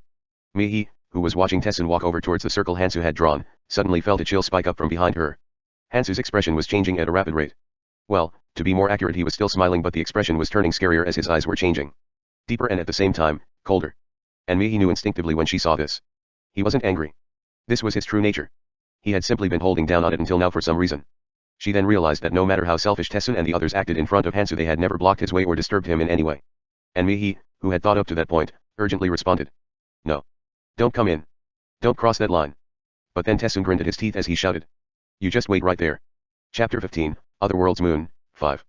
Ares and Keldian often bickered with each other even when they started working together due to differences in opinion. Ares always said this. Keldian said this. And because of that their thoughts were unified. And Hansu agreed with this. Thukunk. Huh. Tessun made a confused expression as the foot he had set forward slanted on an angle. And he knew instantly that the foot he had set over the line had been cut off. Tessun fell and screamed as he saw the kitchen knife that seemed to have cut off his ankles being stuck on the ground in front of his eyes. Yuck. Everyone felt the horror in their hairs and bones as they saw Tessun roll about on the floor without an ankle. The enraged voices quieted down and only silence was left. The fact that he was strong enough to the point where he cut an ankle off by throwing a kitchen knife was a problem, but it wasn't the root of the silence. It was the fact that he had cut off his leg because he had crossed the line. And that look. Fuck. What kind of college student has an expression like that? What kind of work did he do? Giltai grinned at his teeth as he saw his eyes from afar. As Tessun saw everyone hesitating, he grinned at his teeth. These bitches who were so confident, these sons of bitches. He went out believing in these people. But were acting in such a way. Tessun, who was looking at the people with tails between their legs, shouted out while squirming in agony. Qa. Qua. You dirty bastard. You do this much to a friend just because you don't want to give a piece of meat. Truthfully, it didn't seem like that was the root of the problem. But that wasn't important. The important fact was that that guy needed to die right now. And to do that he needed to stimulate the ones over there who were cowering like dogs with their tail between their legs. Tessun spat out an evil shout. You guys. Think well.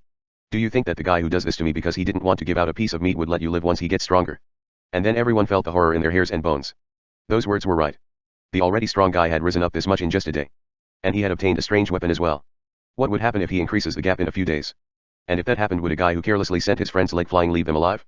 Hit him now. You guys are watching like this because you have no confidence in winning. Giltai grinned at his teeth. They didn't know if those words were correct. But they couldn't give up the chance right now. Even if he didn't have such thoughts, if he becomes strong enough to easily push them down with his hands, and if he needs extra runes in order to become stronger, then it will become a disaster. If he were to attack them in surprise during the day, then they would just become a vending machine that is giving out all their runes. They had to kill him while everyone was excited, had their weapon, and escape was impossible due to the light coming out of their bodies. Prepare yourselves. Hansu shrugged his shoulders at the atmosphere that was becoming sinister. There was a bit of misunderstanding, but the conclusion was the same. There was no point in persuading the guys who were charging at him with a death wish. And there was no reason to take care of them all. Since an easily set fire is easy to extinguish. one step at the time staring from the ones who crossed over the mountain. He had to finish in overwhelming fashion, since only then the other guys who charged at him thoughtlessly disappear. And it seemed that there were some people with skills in that crowd. They hadn't hunted much but their body was good from the start, so their basic stats were good. And to crush those guys his current battle powers were a bit lacking. Cloud Snack is a bit wasteful. He couldn't use such a thing which he had 20 of. He needed it to fight the guy blocking the second hidden piece at the... Hansu absorbed all the runes in his wrist. Since there was no need to trade runes for the moment, all his stats like his strength shot up instantly. Kong Hansu strength, 40.3. Stamina, 39.8. Agility, 26.1. Perception, 27.2. Magic resistance, 13. Hansu stood up from his seat after absorbing all the runes and walked forward after pulling out the needle. This is going to hurt a little. Since it started already. Before the night ends he will try out every mission with people as subjects. The fairies were so evil-natured that most missions weren't suited for teenagers to watch. But since they started the fight they should at least be punished that much.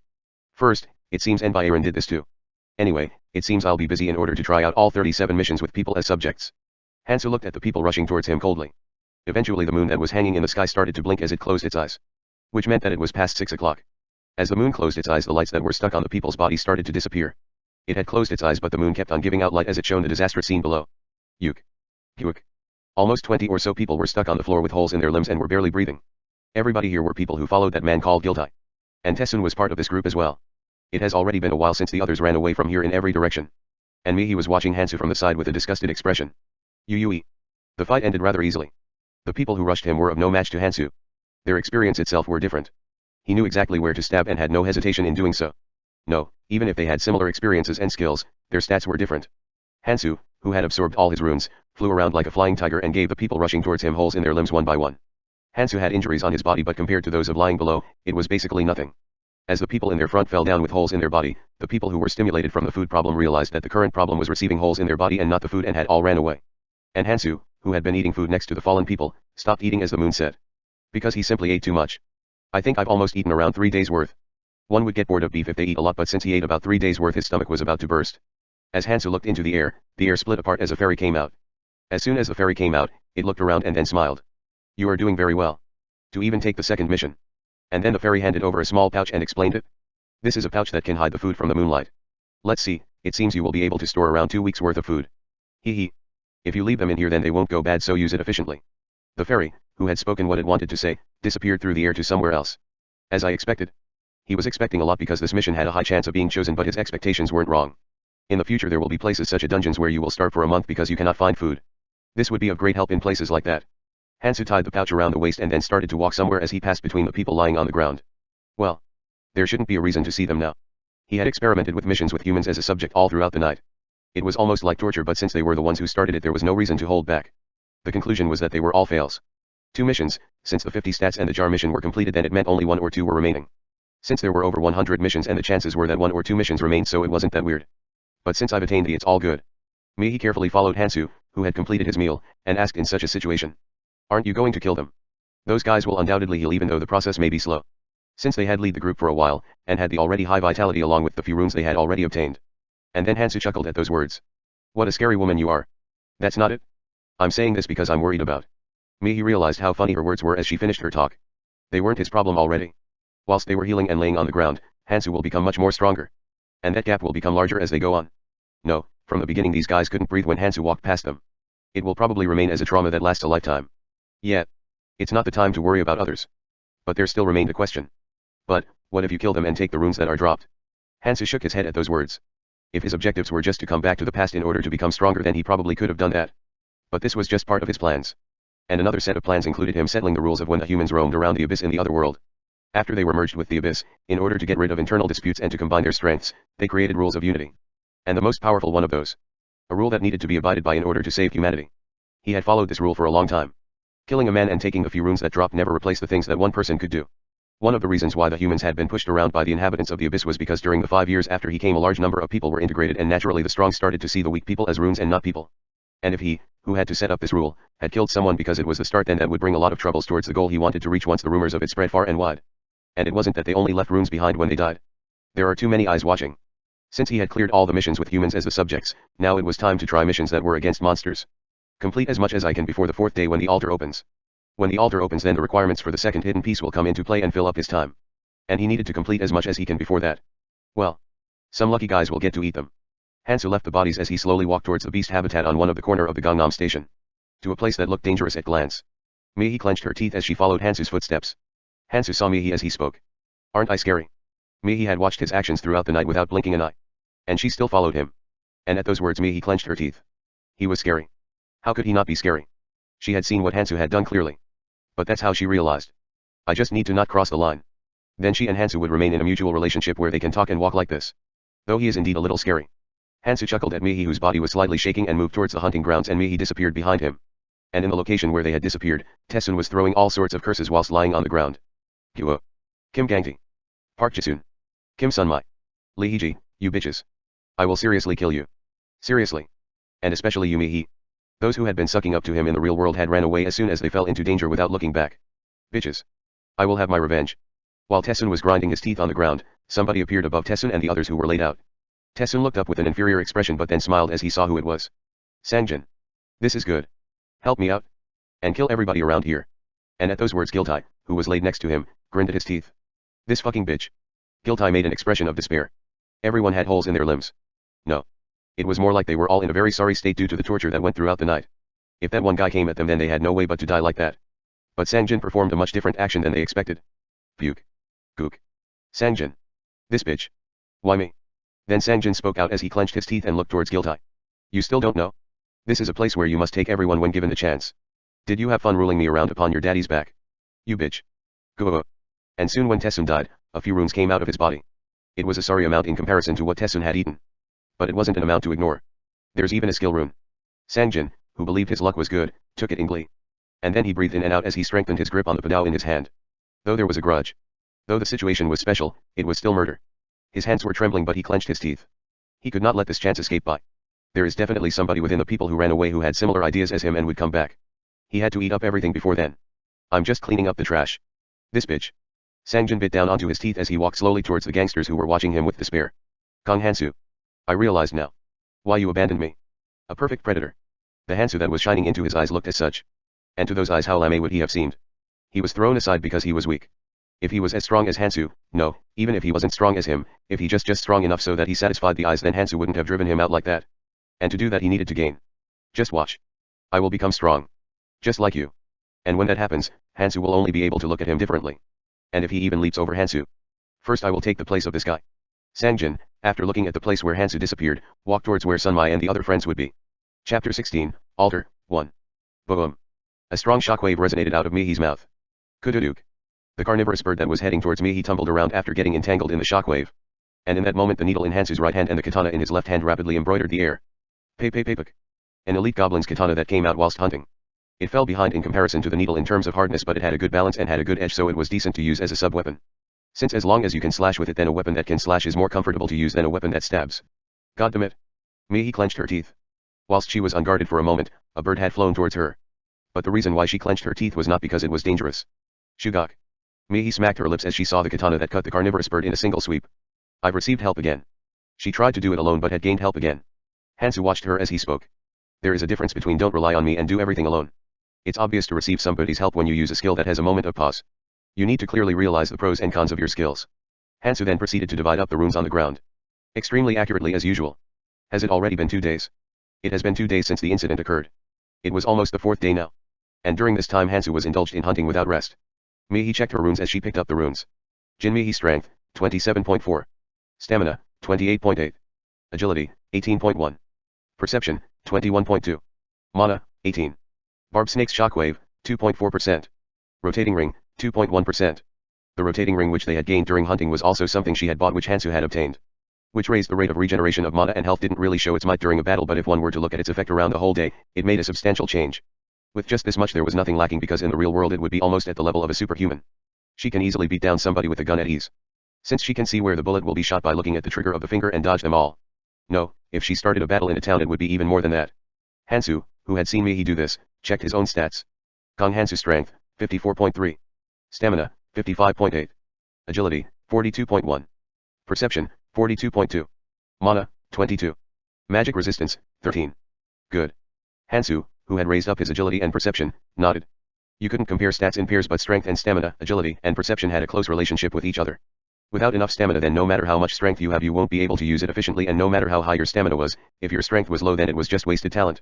If one were to move properly in the sped up time from agility, they needed to have high perception, and it wouldn't matter how high your perception was if your body didn't follow. The best solution was keeping all the stats around the same number.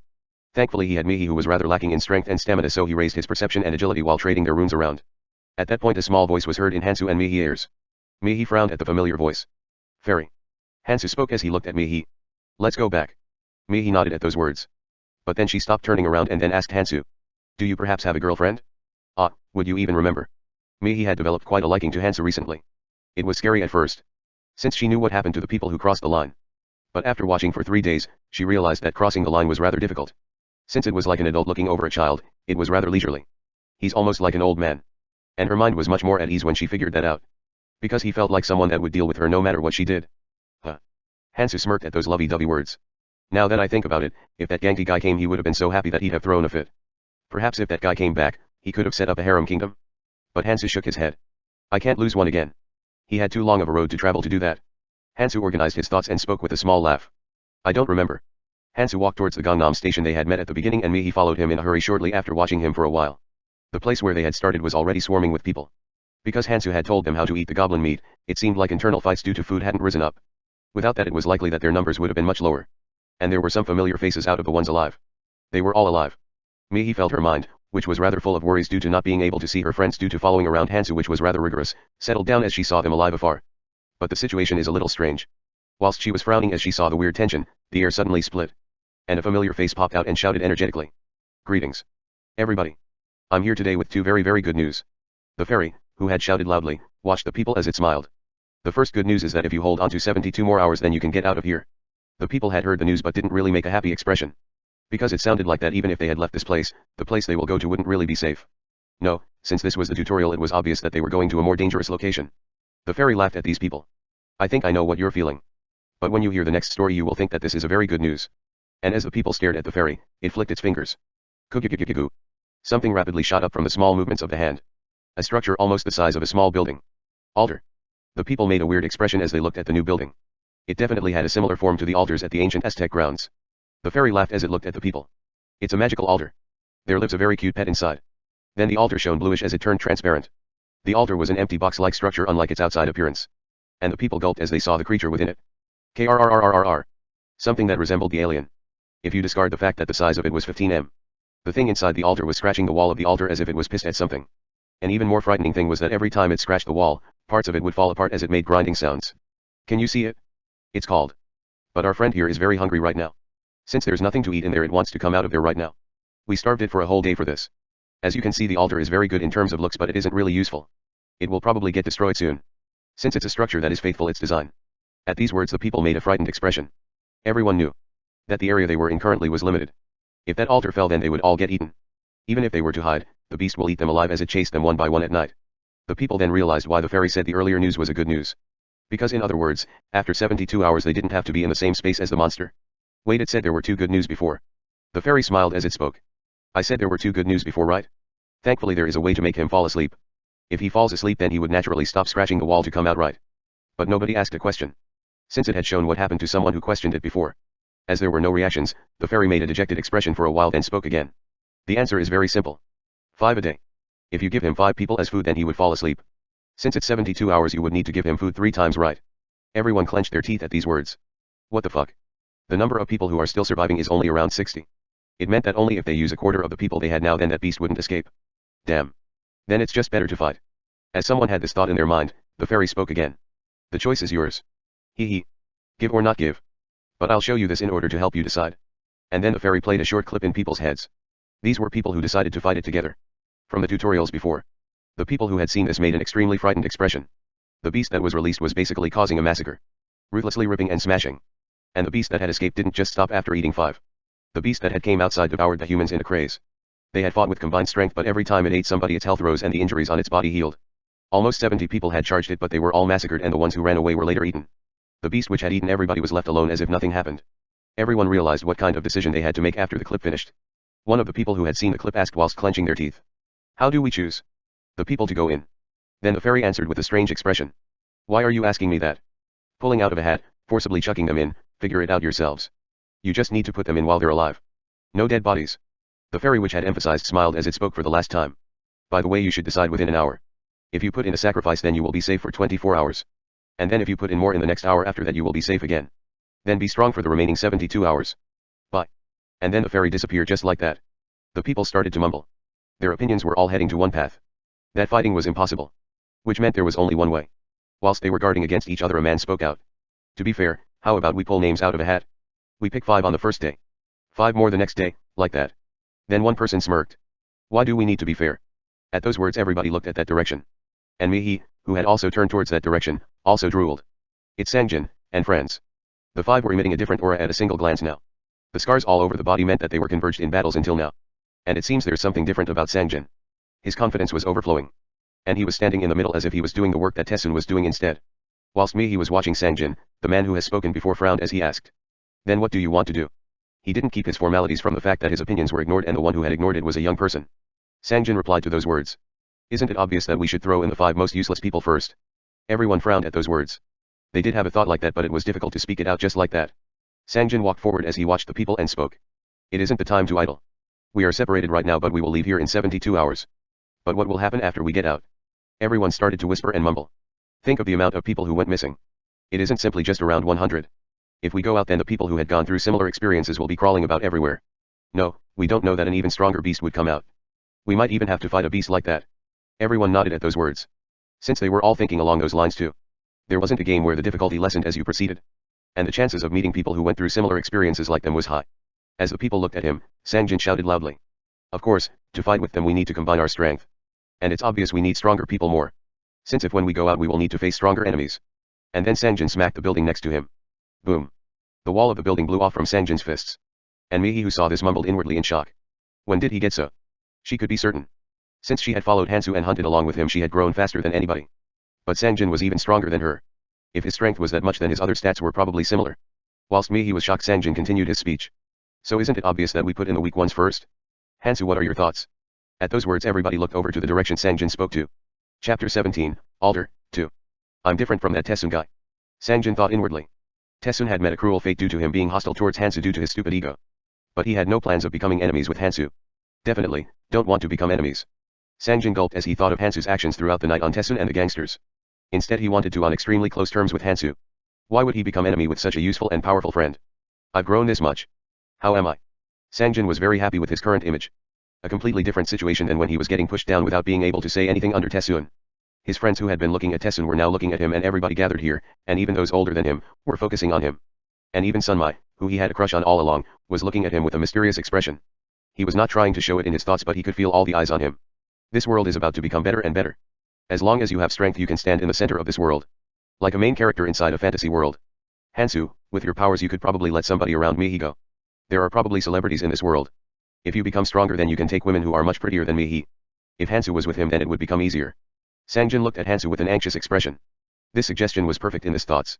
And if everything went according to his plan Hansu would probably agree. Since the Hansu he knew was a guy who wanted to see results without getting swept by with sympathy and emotions.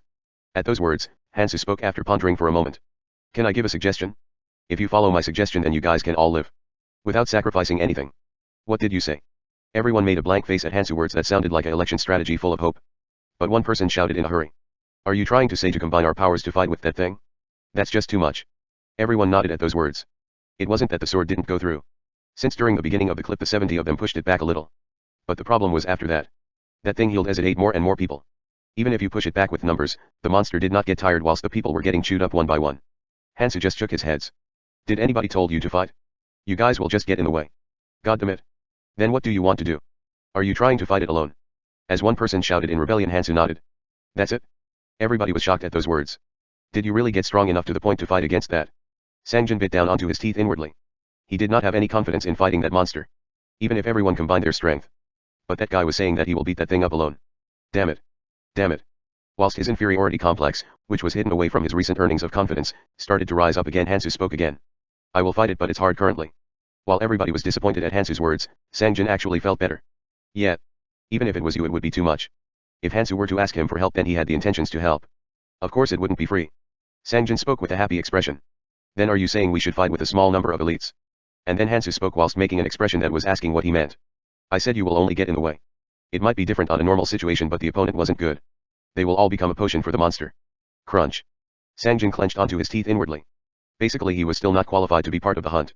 Yet. It's possible that I still lack the qualifications. Since it has only been a short time since he started. But since he was working diligently, he would probably catch up fast. Sangjin settled down his anger and asked again. Then how are you trying to do it? Hansa replied to those words. Simple. If my strength and stamina rose by 30, from this point I can fight him one-on-one. 30 of strength and stamina. It was a bit overbearing currently, but if he raised his strength and stamina by 30 and used the cloud snack, then he could fight that thing one-on-one. Strength and stamina at 100, perception and agility needed to be around 50.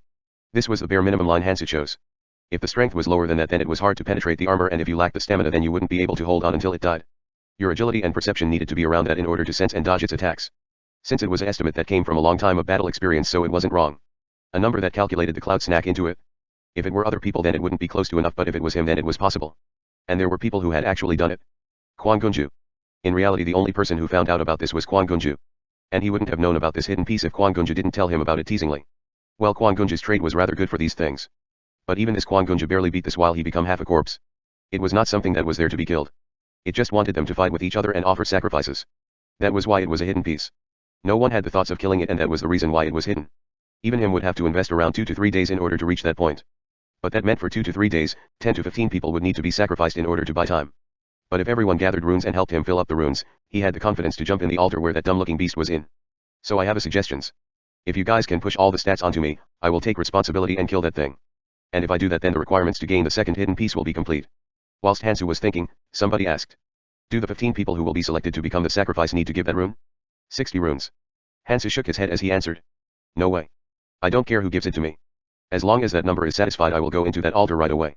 Everyone frowned at those words. It had already been 4 days since they came here. Everyone felt the usefulness of the runes, but the runes each person needed differed slightly. The weaker ones focused on strength or stamina, and the stronger ones wanted to raise perception or agility. And within this weird balance, the rune was used as a form of currency in some way. Since one perception or agility rune meant they could trade it for 2 of strength or stamina. But not everyone had gathered runes. The weak ones needed to use runes as they gained, even just to raise their stamina a little bit. So the weak ones who would have been chosen as sacrifices didn't have any runes to spare. But the stronger ones had some strength to spare, so they could collect a little bit. Since they could fight whilst having some runes collected. But even the stronger ones didn't have a large amount of them stored. In order to fulfill Hansu's requirements, they had to empty their pockets of runes. Everyone made a reluctant expression. It wasn't okay to not give the runes. Because if they didn't hand in the runes, then it meant they basically wanted to sacrifice 15 weak people. But it wasn't okay to give the runes either. If the people who would be chosen as sacrifices gave the runes, then it would be okay, but the situation wasn't that clear. The one who were weak enough to become a sacrifice had no runes. But then there was no time for these weak people to go hunt for the runes either. The limit was 1 hour, and the sound of the altar being crushed was getting louder and louder at this moment. Which meant that the people who could spare strength, who wouldn't have had become sacrificed in accordance to Sangjin's suggestion, would have to pay the runes instead. And then one of those weaker people shouted loudly. A person who would be chosen first as a sacrifice because he was weak due to him hating fights. Shit. Somebody please gather the runes and hand it to him.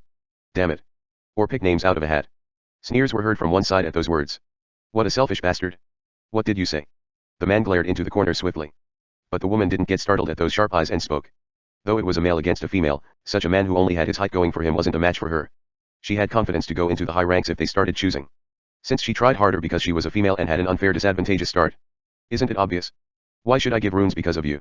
When there is such a huge difference in 1 or 2 of these. And somebody like you could die anytime, so why would I trust and lend it to him? You. The man couldn't rebut. The reason why he was weak was because he was frightened of fights and had hid in the back. 4 runes meant 40 goblins. He didn't have the confidence to hunt that much. If he were to repay the runes, he didn't know how long it would take. And what do you mean picking out of a hat? You might get thrown in there with broken limbs, so don't act out. Fuck. The male grinned at his teeth, but he could only shrivel up because the padao in the woman's hand was too frightening. But backing off here meant he was basically being sent into that altar. So the man shouted once again. But then are you saying the weaker ones should just go die? What is this nonsense? Damn it. Weren't you all raised in a democratic society? And the woman who spoke before spoke again. Democracy is good. Then let's vote for majority. What? Majority rules. We will vote. Between those who want to block it by giving runes and the side that wants to sacrifice. Of course it will be a secret vote like the democracy you like so much. Q. Doing this much means I've given you a lot of face. In actuality, could you guys do anything if I break your limbs and shove 5 of you in there? Most people nodded at those words. They couldn't say it out loud because of a guilty conscience, but that nod meant that they agreed. AHH. The man made a dejected expression at those words. Since the result was very clear if they went for majority rule. The order of weakness couldn't be seen clearly, but one could guess somewhat. Around 20 would know they're weak and would go against it, but the remaining 40 or so would agree. And since it was a secret vote, there was no situation where their guilty conscience would haunt them. The man hurriedly looked at Hansu and shouted anxiously. You. Can't you take the runes from those guys? Then Hansu shook his head. He did not steal runes. since it was the result of one's hard work. This was one of the rules of the Great Unification. Because that was the same as taking the salary of somebody in the streets because you had strength. If not, then can't you kill a few people and then gain the runes like that? If you kill around 5 to 10 strong people, then the amount of runes you set would probably come out. Hansu nodded at those words. Killing stronger people gave more runes than weaker people. For weaker people, he would need to kill around over 15 but only about 10 or less of the stronger people in order to fulfill the 60 he set as the goal. Well, that is true. Then the man shouted in a hopeful voice. But then can't you kill those guys then fight with the runes they drop? It's better for 10 to die than 15 to die. This fucking bitch. One of the other men who were listening to this got pissed and had kicked the man who was talking. That guy was definitely one of the 10 strongest people. He felt anxious whilst he was listening, so he rushed out. He had seen clearly how Hansu had fought on the first day. If Hansu decided to chop down head by head from the top, eat the runes and then went into the altar, there was nobody to stop him. They had gotten strong as well, but this wasn't something that could be compared with just the amount of runes. Their breed was different from the start. A pig who had gotten a bit of muscle and speed couldn't fight against a tiger of a similar size. And that tiger was probably much larger and much faster. Since it had eaten more runes since then. If that Hansu decided with a lame counting method of then all of them would die. He was listening in leisure because the talk seemed to be leaning towards the female, but if it were to go this way then he would be perished. And when he looked around he felt that everybody was mumbling around. And then everybody started to shout. Damn it. Just throw in 15 weaker guys. Are you telling us to die? It's better for 10 stronger people to die. What nonsense. Then just kill the people in the middle and take their runes. We are going to be of help when we get out of here. It wouldn't account to 15 if you kill the ones in the middle. Hansu sighed as he saw the chaos. Because he knew this would happen. The moon. Then the altar. There was no time to get used to things because the environment was constantly changing. And since they weren't familiar with it, they couldn't back off a single step. It might have been different if they knew that there were flat land behind them, but in a situation where they couldn't see behind them, they could fall down a cliff and die if they backed off a single step. I need to do some traffic control. Hansu, who had expectations that it would be solved by self-control, spoke out. Be quiet. Everybody stood up straight and stared at Hansu's lips at those words. Chapter 18, Altar, 3. I will give you a solution. And then Hansu started to count. 15, from the bottom. 1, 2, 3, 15 like this. These 15 people are the weakest. What? The 15 who had been chosen made a blank expression for a moment and then shouted in despair. No way. Though I have more runes than him. But Hansu shook his head. He could guess who would win and who would lose at a glance. It would differ slightly depending on the condition, but even if you take all of that into consideration, the people who would go in were rather obvious. And at Hansu's pointings, joy and sorrow were shown. The 15 who were chosen showed rage and felt wronged. And the 15 who weren't chosen let out a sigh of relief because they could save runes. And in Hansu's words the man shouted in despair. You bitch. You're the same. How dare you throw us off because we're weak? And those bastards over there throw lives away because of a few runes. Hansu stopped his steps. It seems you are mistaken about something. Then Hansu spoke as he scratched his head. You don't get thrown off because you're weak. If you are weak you simply can't follow up with others. Nothing to do with being thrown off. What were you doing whilst everybody was running? It doesn't matter whether you rested or did something else, but you need to take all responsibility for it in this place. Those words were driven into everyone's words. And that they all realized at the same time. That they had really entered a screwed up world. It wasn't like the modern society where you had a chance of bouncing back if you fail and fall behind others. No, it was actually much more cruel. Since that fairy thing came out from time to time and tries to cut off the tail which was falling behind. If you do not want to be cut off, you need to run fanatically. They had to realize this within the first tutorial area. That this was a world where you needed to be greedy in order to survive. If you are greedy you will probably receive the curses of others, but you will gain the rights to survive during a decisive moment. Like this situation. Damn it. Damn it. The man's voice of despair could be heard behind the disappearing back of Hansu. But Hansu spoke quietly. Listen till the end. I'm not telling you to go in there. What? Then was there a different solution? The man looked at Hansu with an expression full of hope. Then Hansu nodded his head. The 15 will borrow the runes from others. 2 of strength and stamina each. And then give it to me. And hunt during the remaining 72 hours in order to pay the runes back to them. Everyone nodded after pondering for a moment. There was nothing to lose. Even the people who were left out were feeling a bit off because of the thoughts of throwing in 15 people alive into that altar, but if this new method were to be followed they had nothing to lose, so everything was solved. And of course in the 15 people situation, hunting monsters to pay back the runes is better than going into the monster's mouth as food. Since it wasn't that hard to collect 2 strength and 2 stamina runes in 3 days. But then one person mumbled as if he felt he was mistreated. Because then only these 15 had to pay the runes. Isn't that unfair then? 1 per person is fair. But then Hansu shrugged his shoulders. But the one who will be going in is you know? Why would the remaining 45 pay? The man who had spoken before shut his mouth at these words, but somebody else spoke up as if he felt the greed rising up. But then why are we paying them if you are the one getting the runes? Isn't the one who is taking the 60 runes you in the end? Hansu nodded his head. I don't have a hobby in free public service. I can't force you to do it. This simply a suggestion I'm giving to the 15 people. What I suggested isn't the correct solution, nor is it the perfect solution. I'm just giving a suggestion on what I think is the best solution.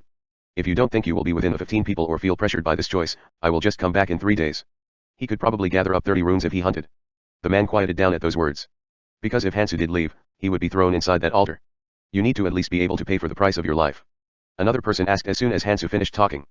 It was the woman who was arguing with the man from before. Wait. What happens if the ones we lend the runes to can't muster up the courage to hunt and cannot pay back? Then we're losing out on runes. The 15 people were weak because they had no courage to hunt. They might not be able to return the rune within the next 3 days. Hansu replied very simply. What are you worrying about? Just chase them down during the night and take it from them. If it still isn't enough after that, then come to me. I will compensate you. He needed to set up rules, but rules that would even apply to the ones who can't keep promises or take responsibility were not needed. Since he hadn't come to preach to them about social welfare, everyone made a scared expression at those words. Because they realized that they couldn't laze around from now on. But at the same time everybody made a content face.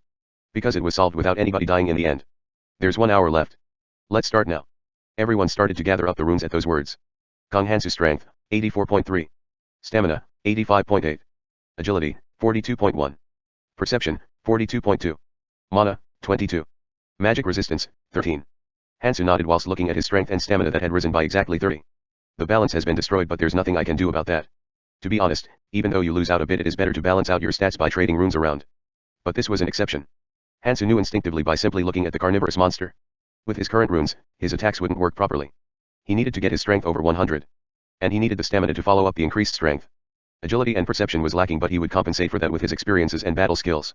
It seems I'll use a ton of these cloud snacks. In order to go over 100, he will probably need to constantly use the cloud snack that increased his stats by 20%. But it's good that it's an environment where I can fight alone. Usually, even Hansu preferred hunting in groups. Since in reality the hunting speed was slightly faster when he hunted with Tessun before. But the situation was different. If there are others, it becomes disadvantageous. No matter how many there were, their attacks wouldn't work against the monster, and the monster will regenerate its health after devouring the people. If that guy was released, it would have been quite a headache. When Hansu was about to start heading towards the altar in the distance, somebody approached him. Hansu, Mihi. It's been a while. Sangjin.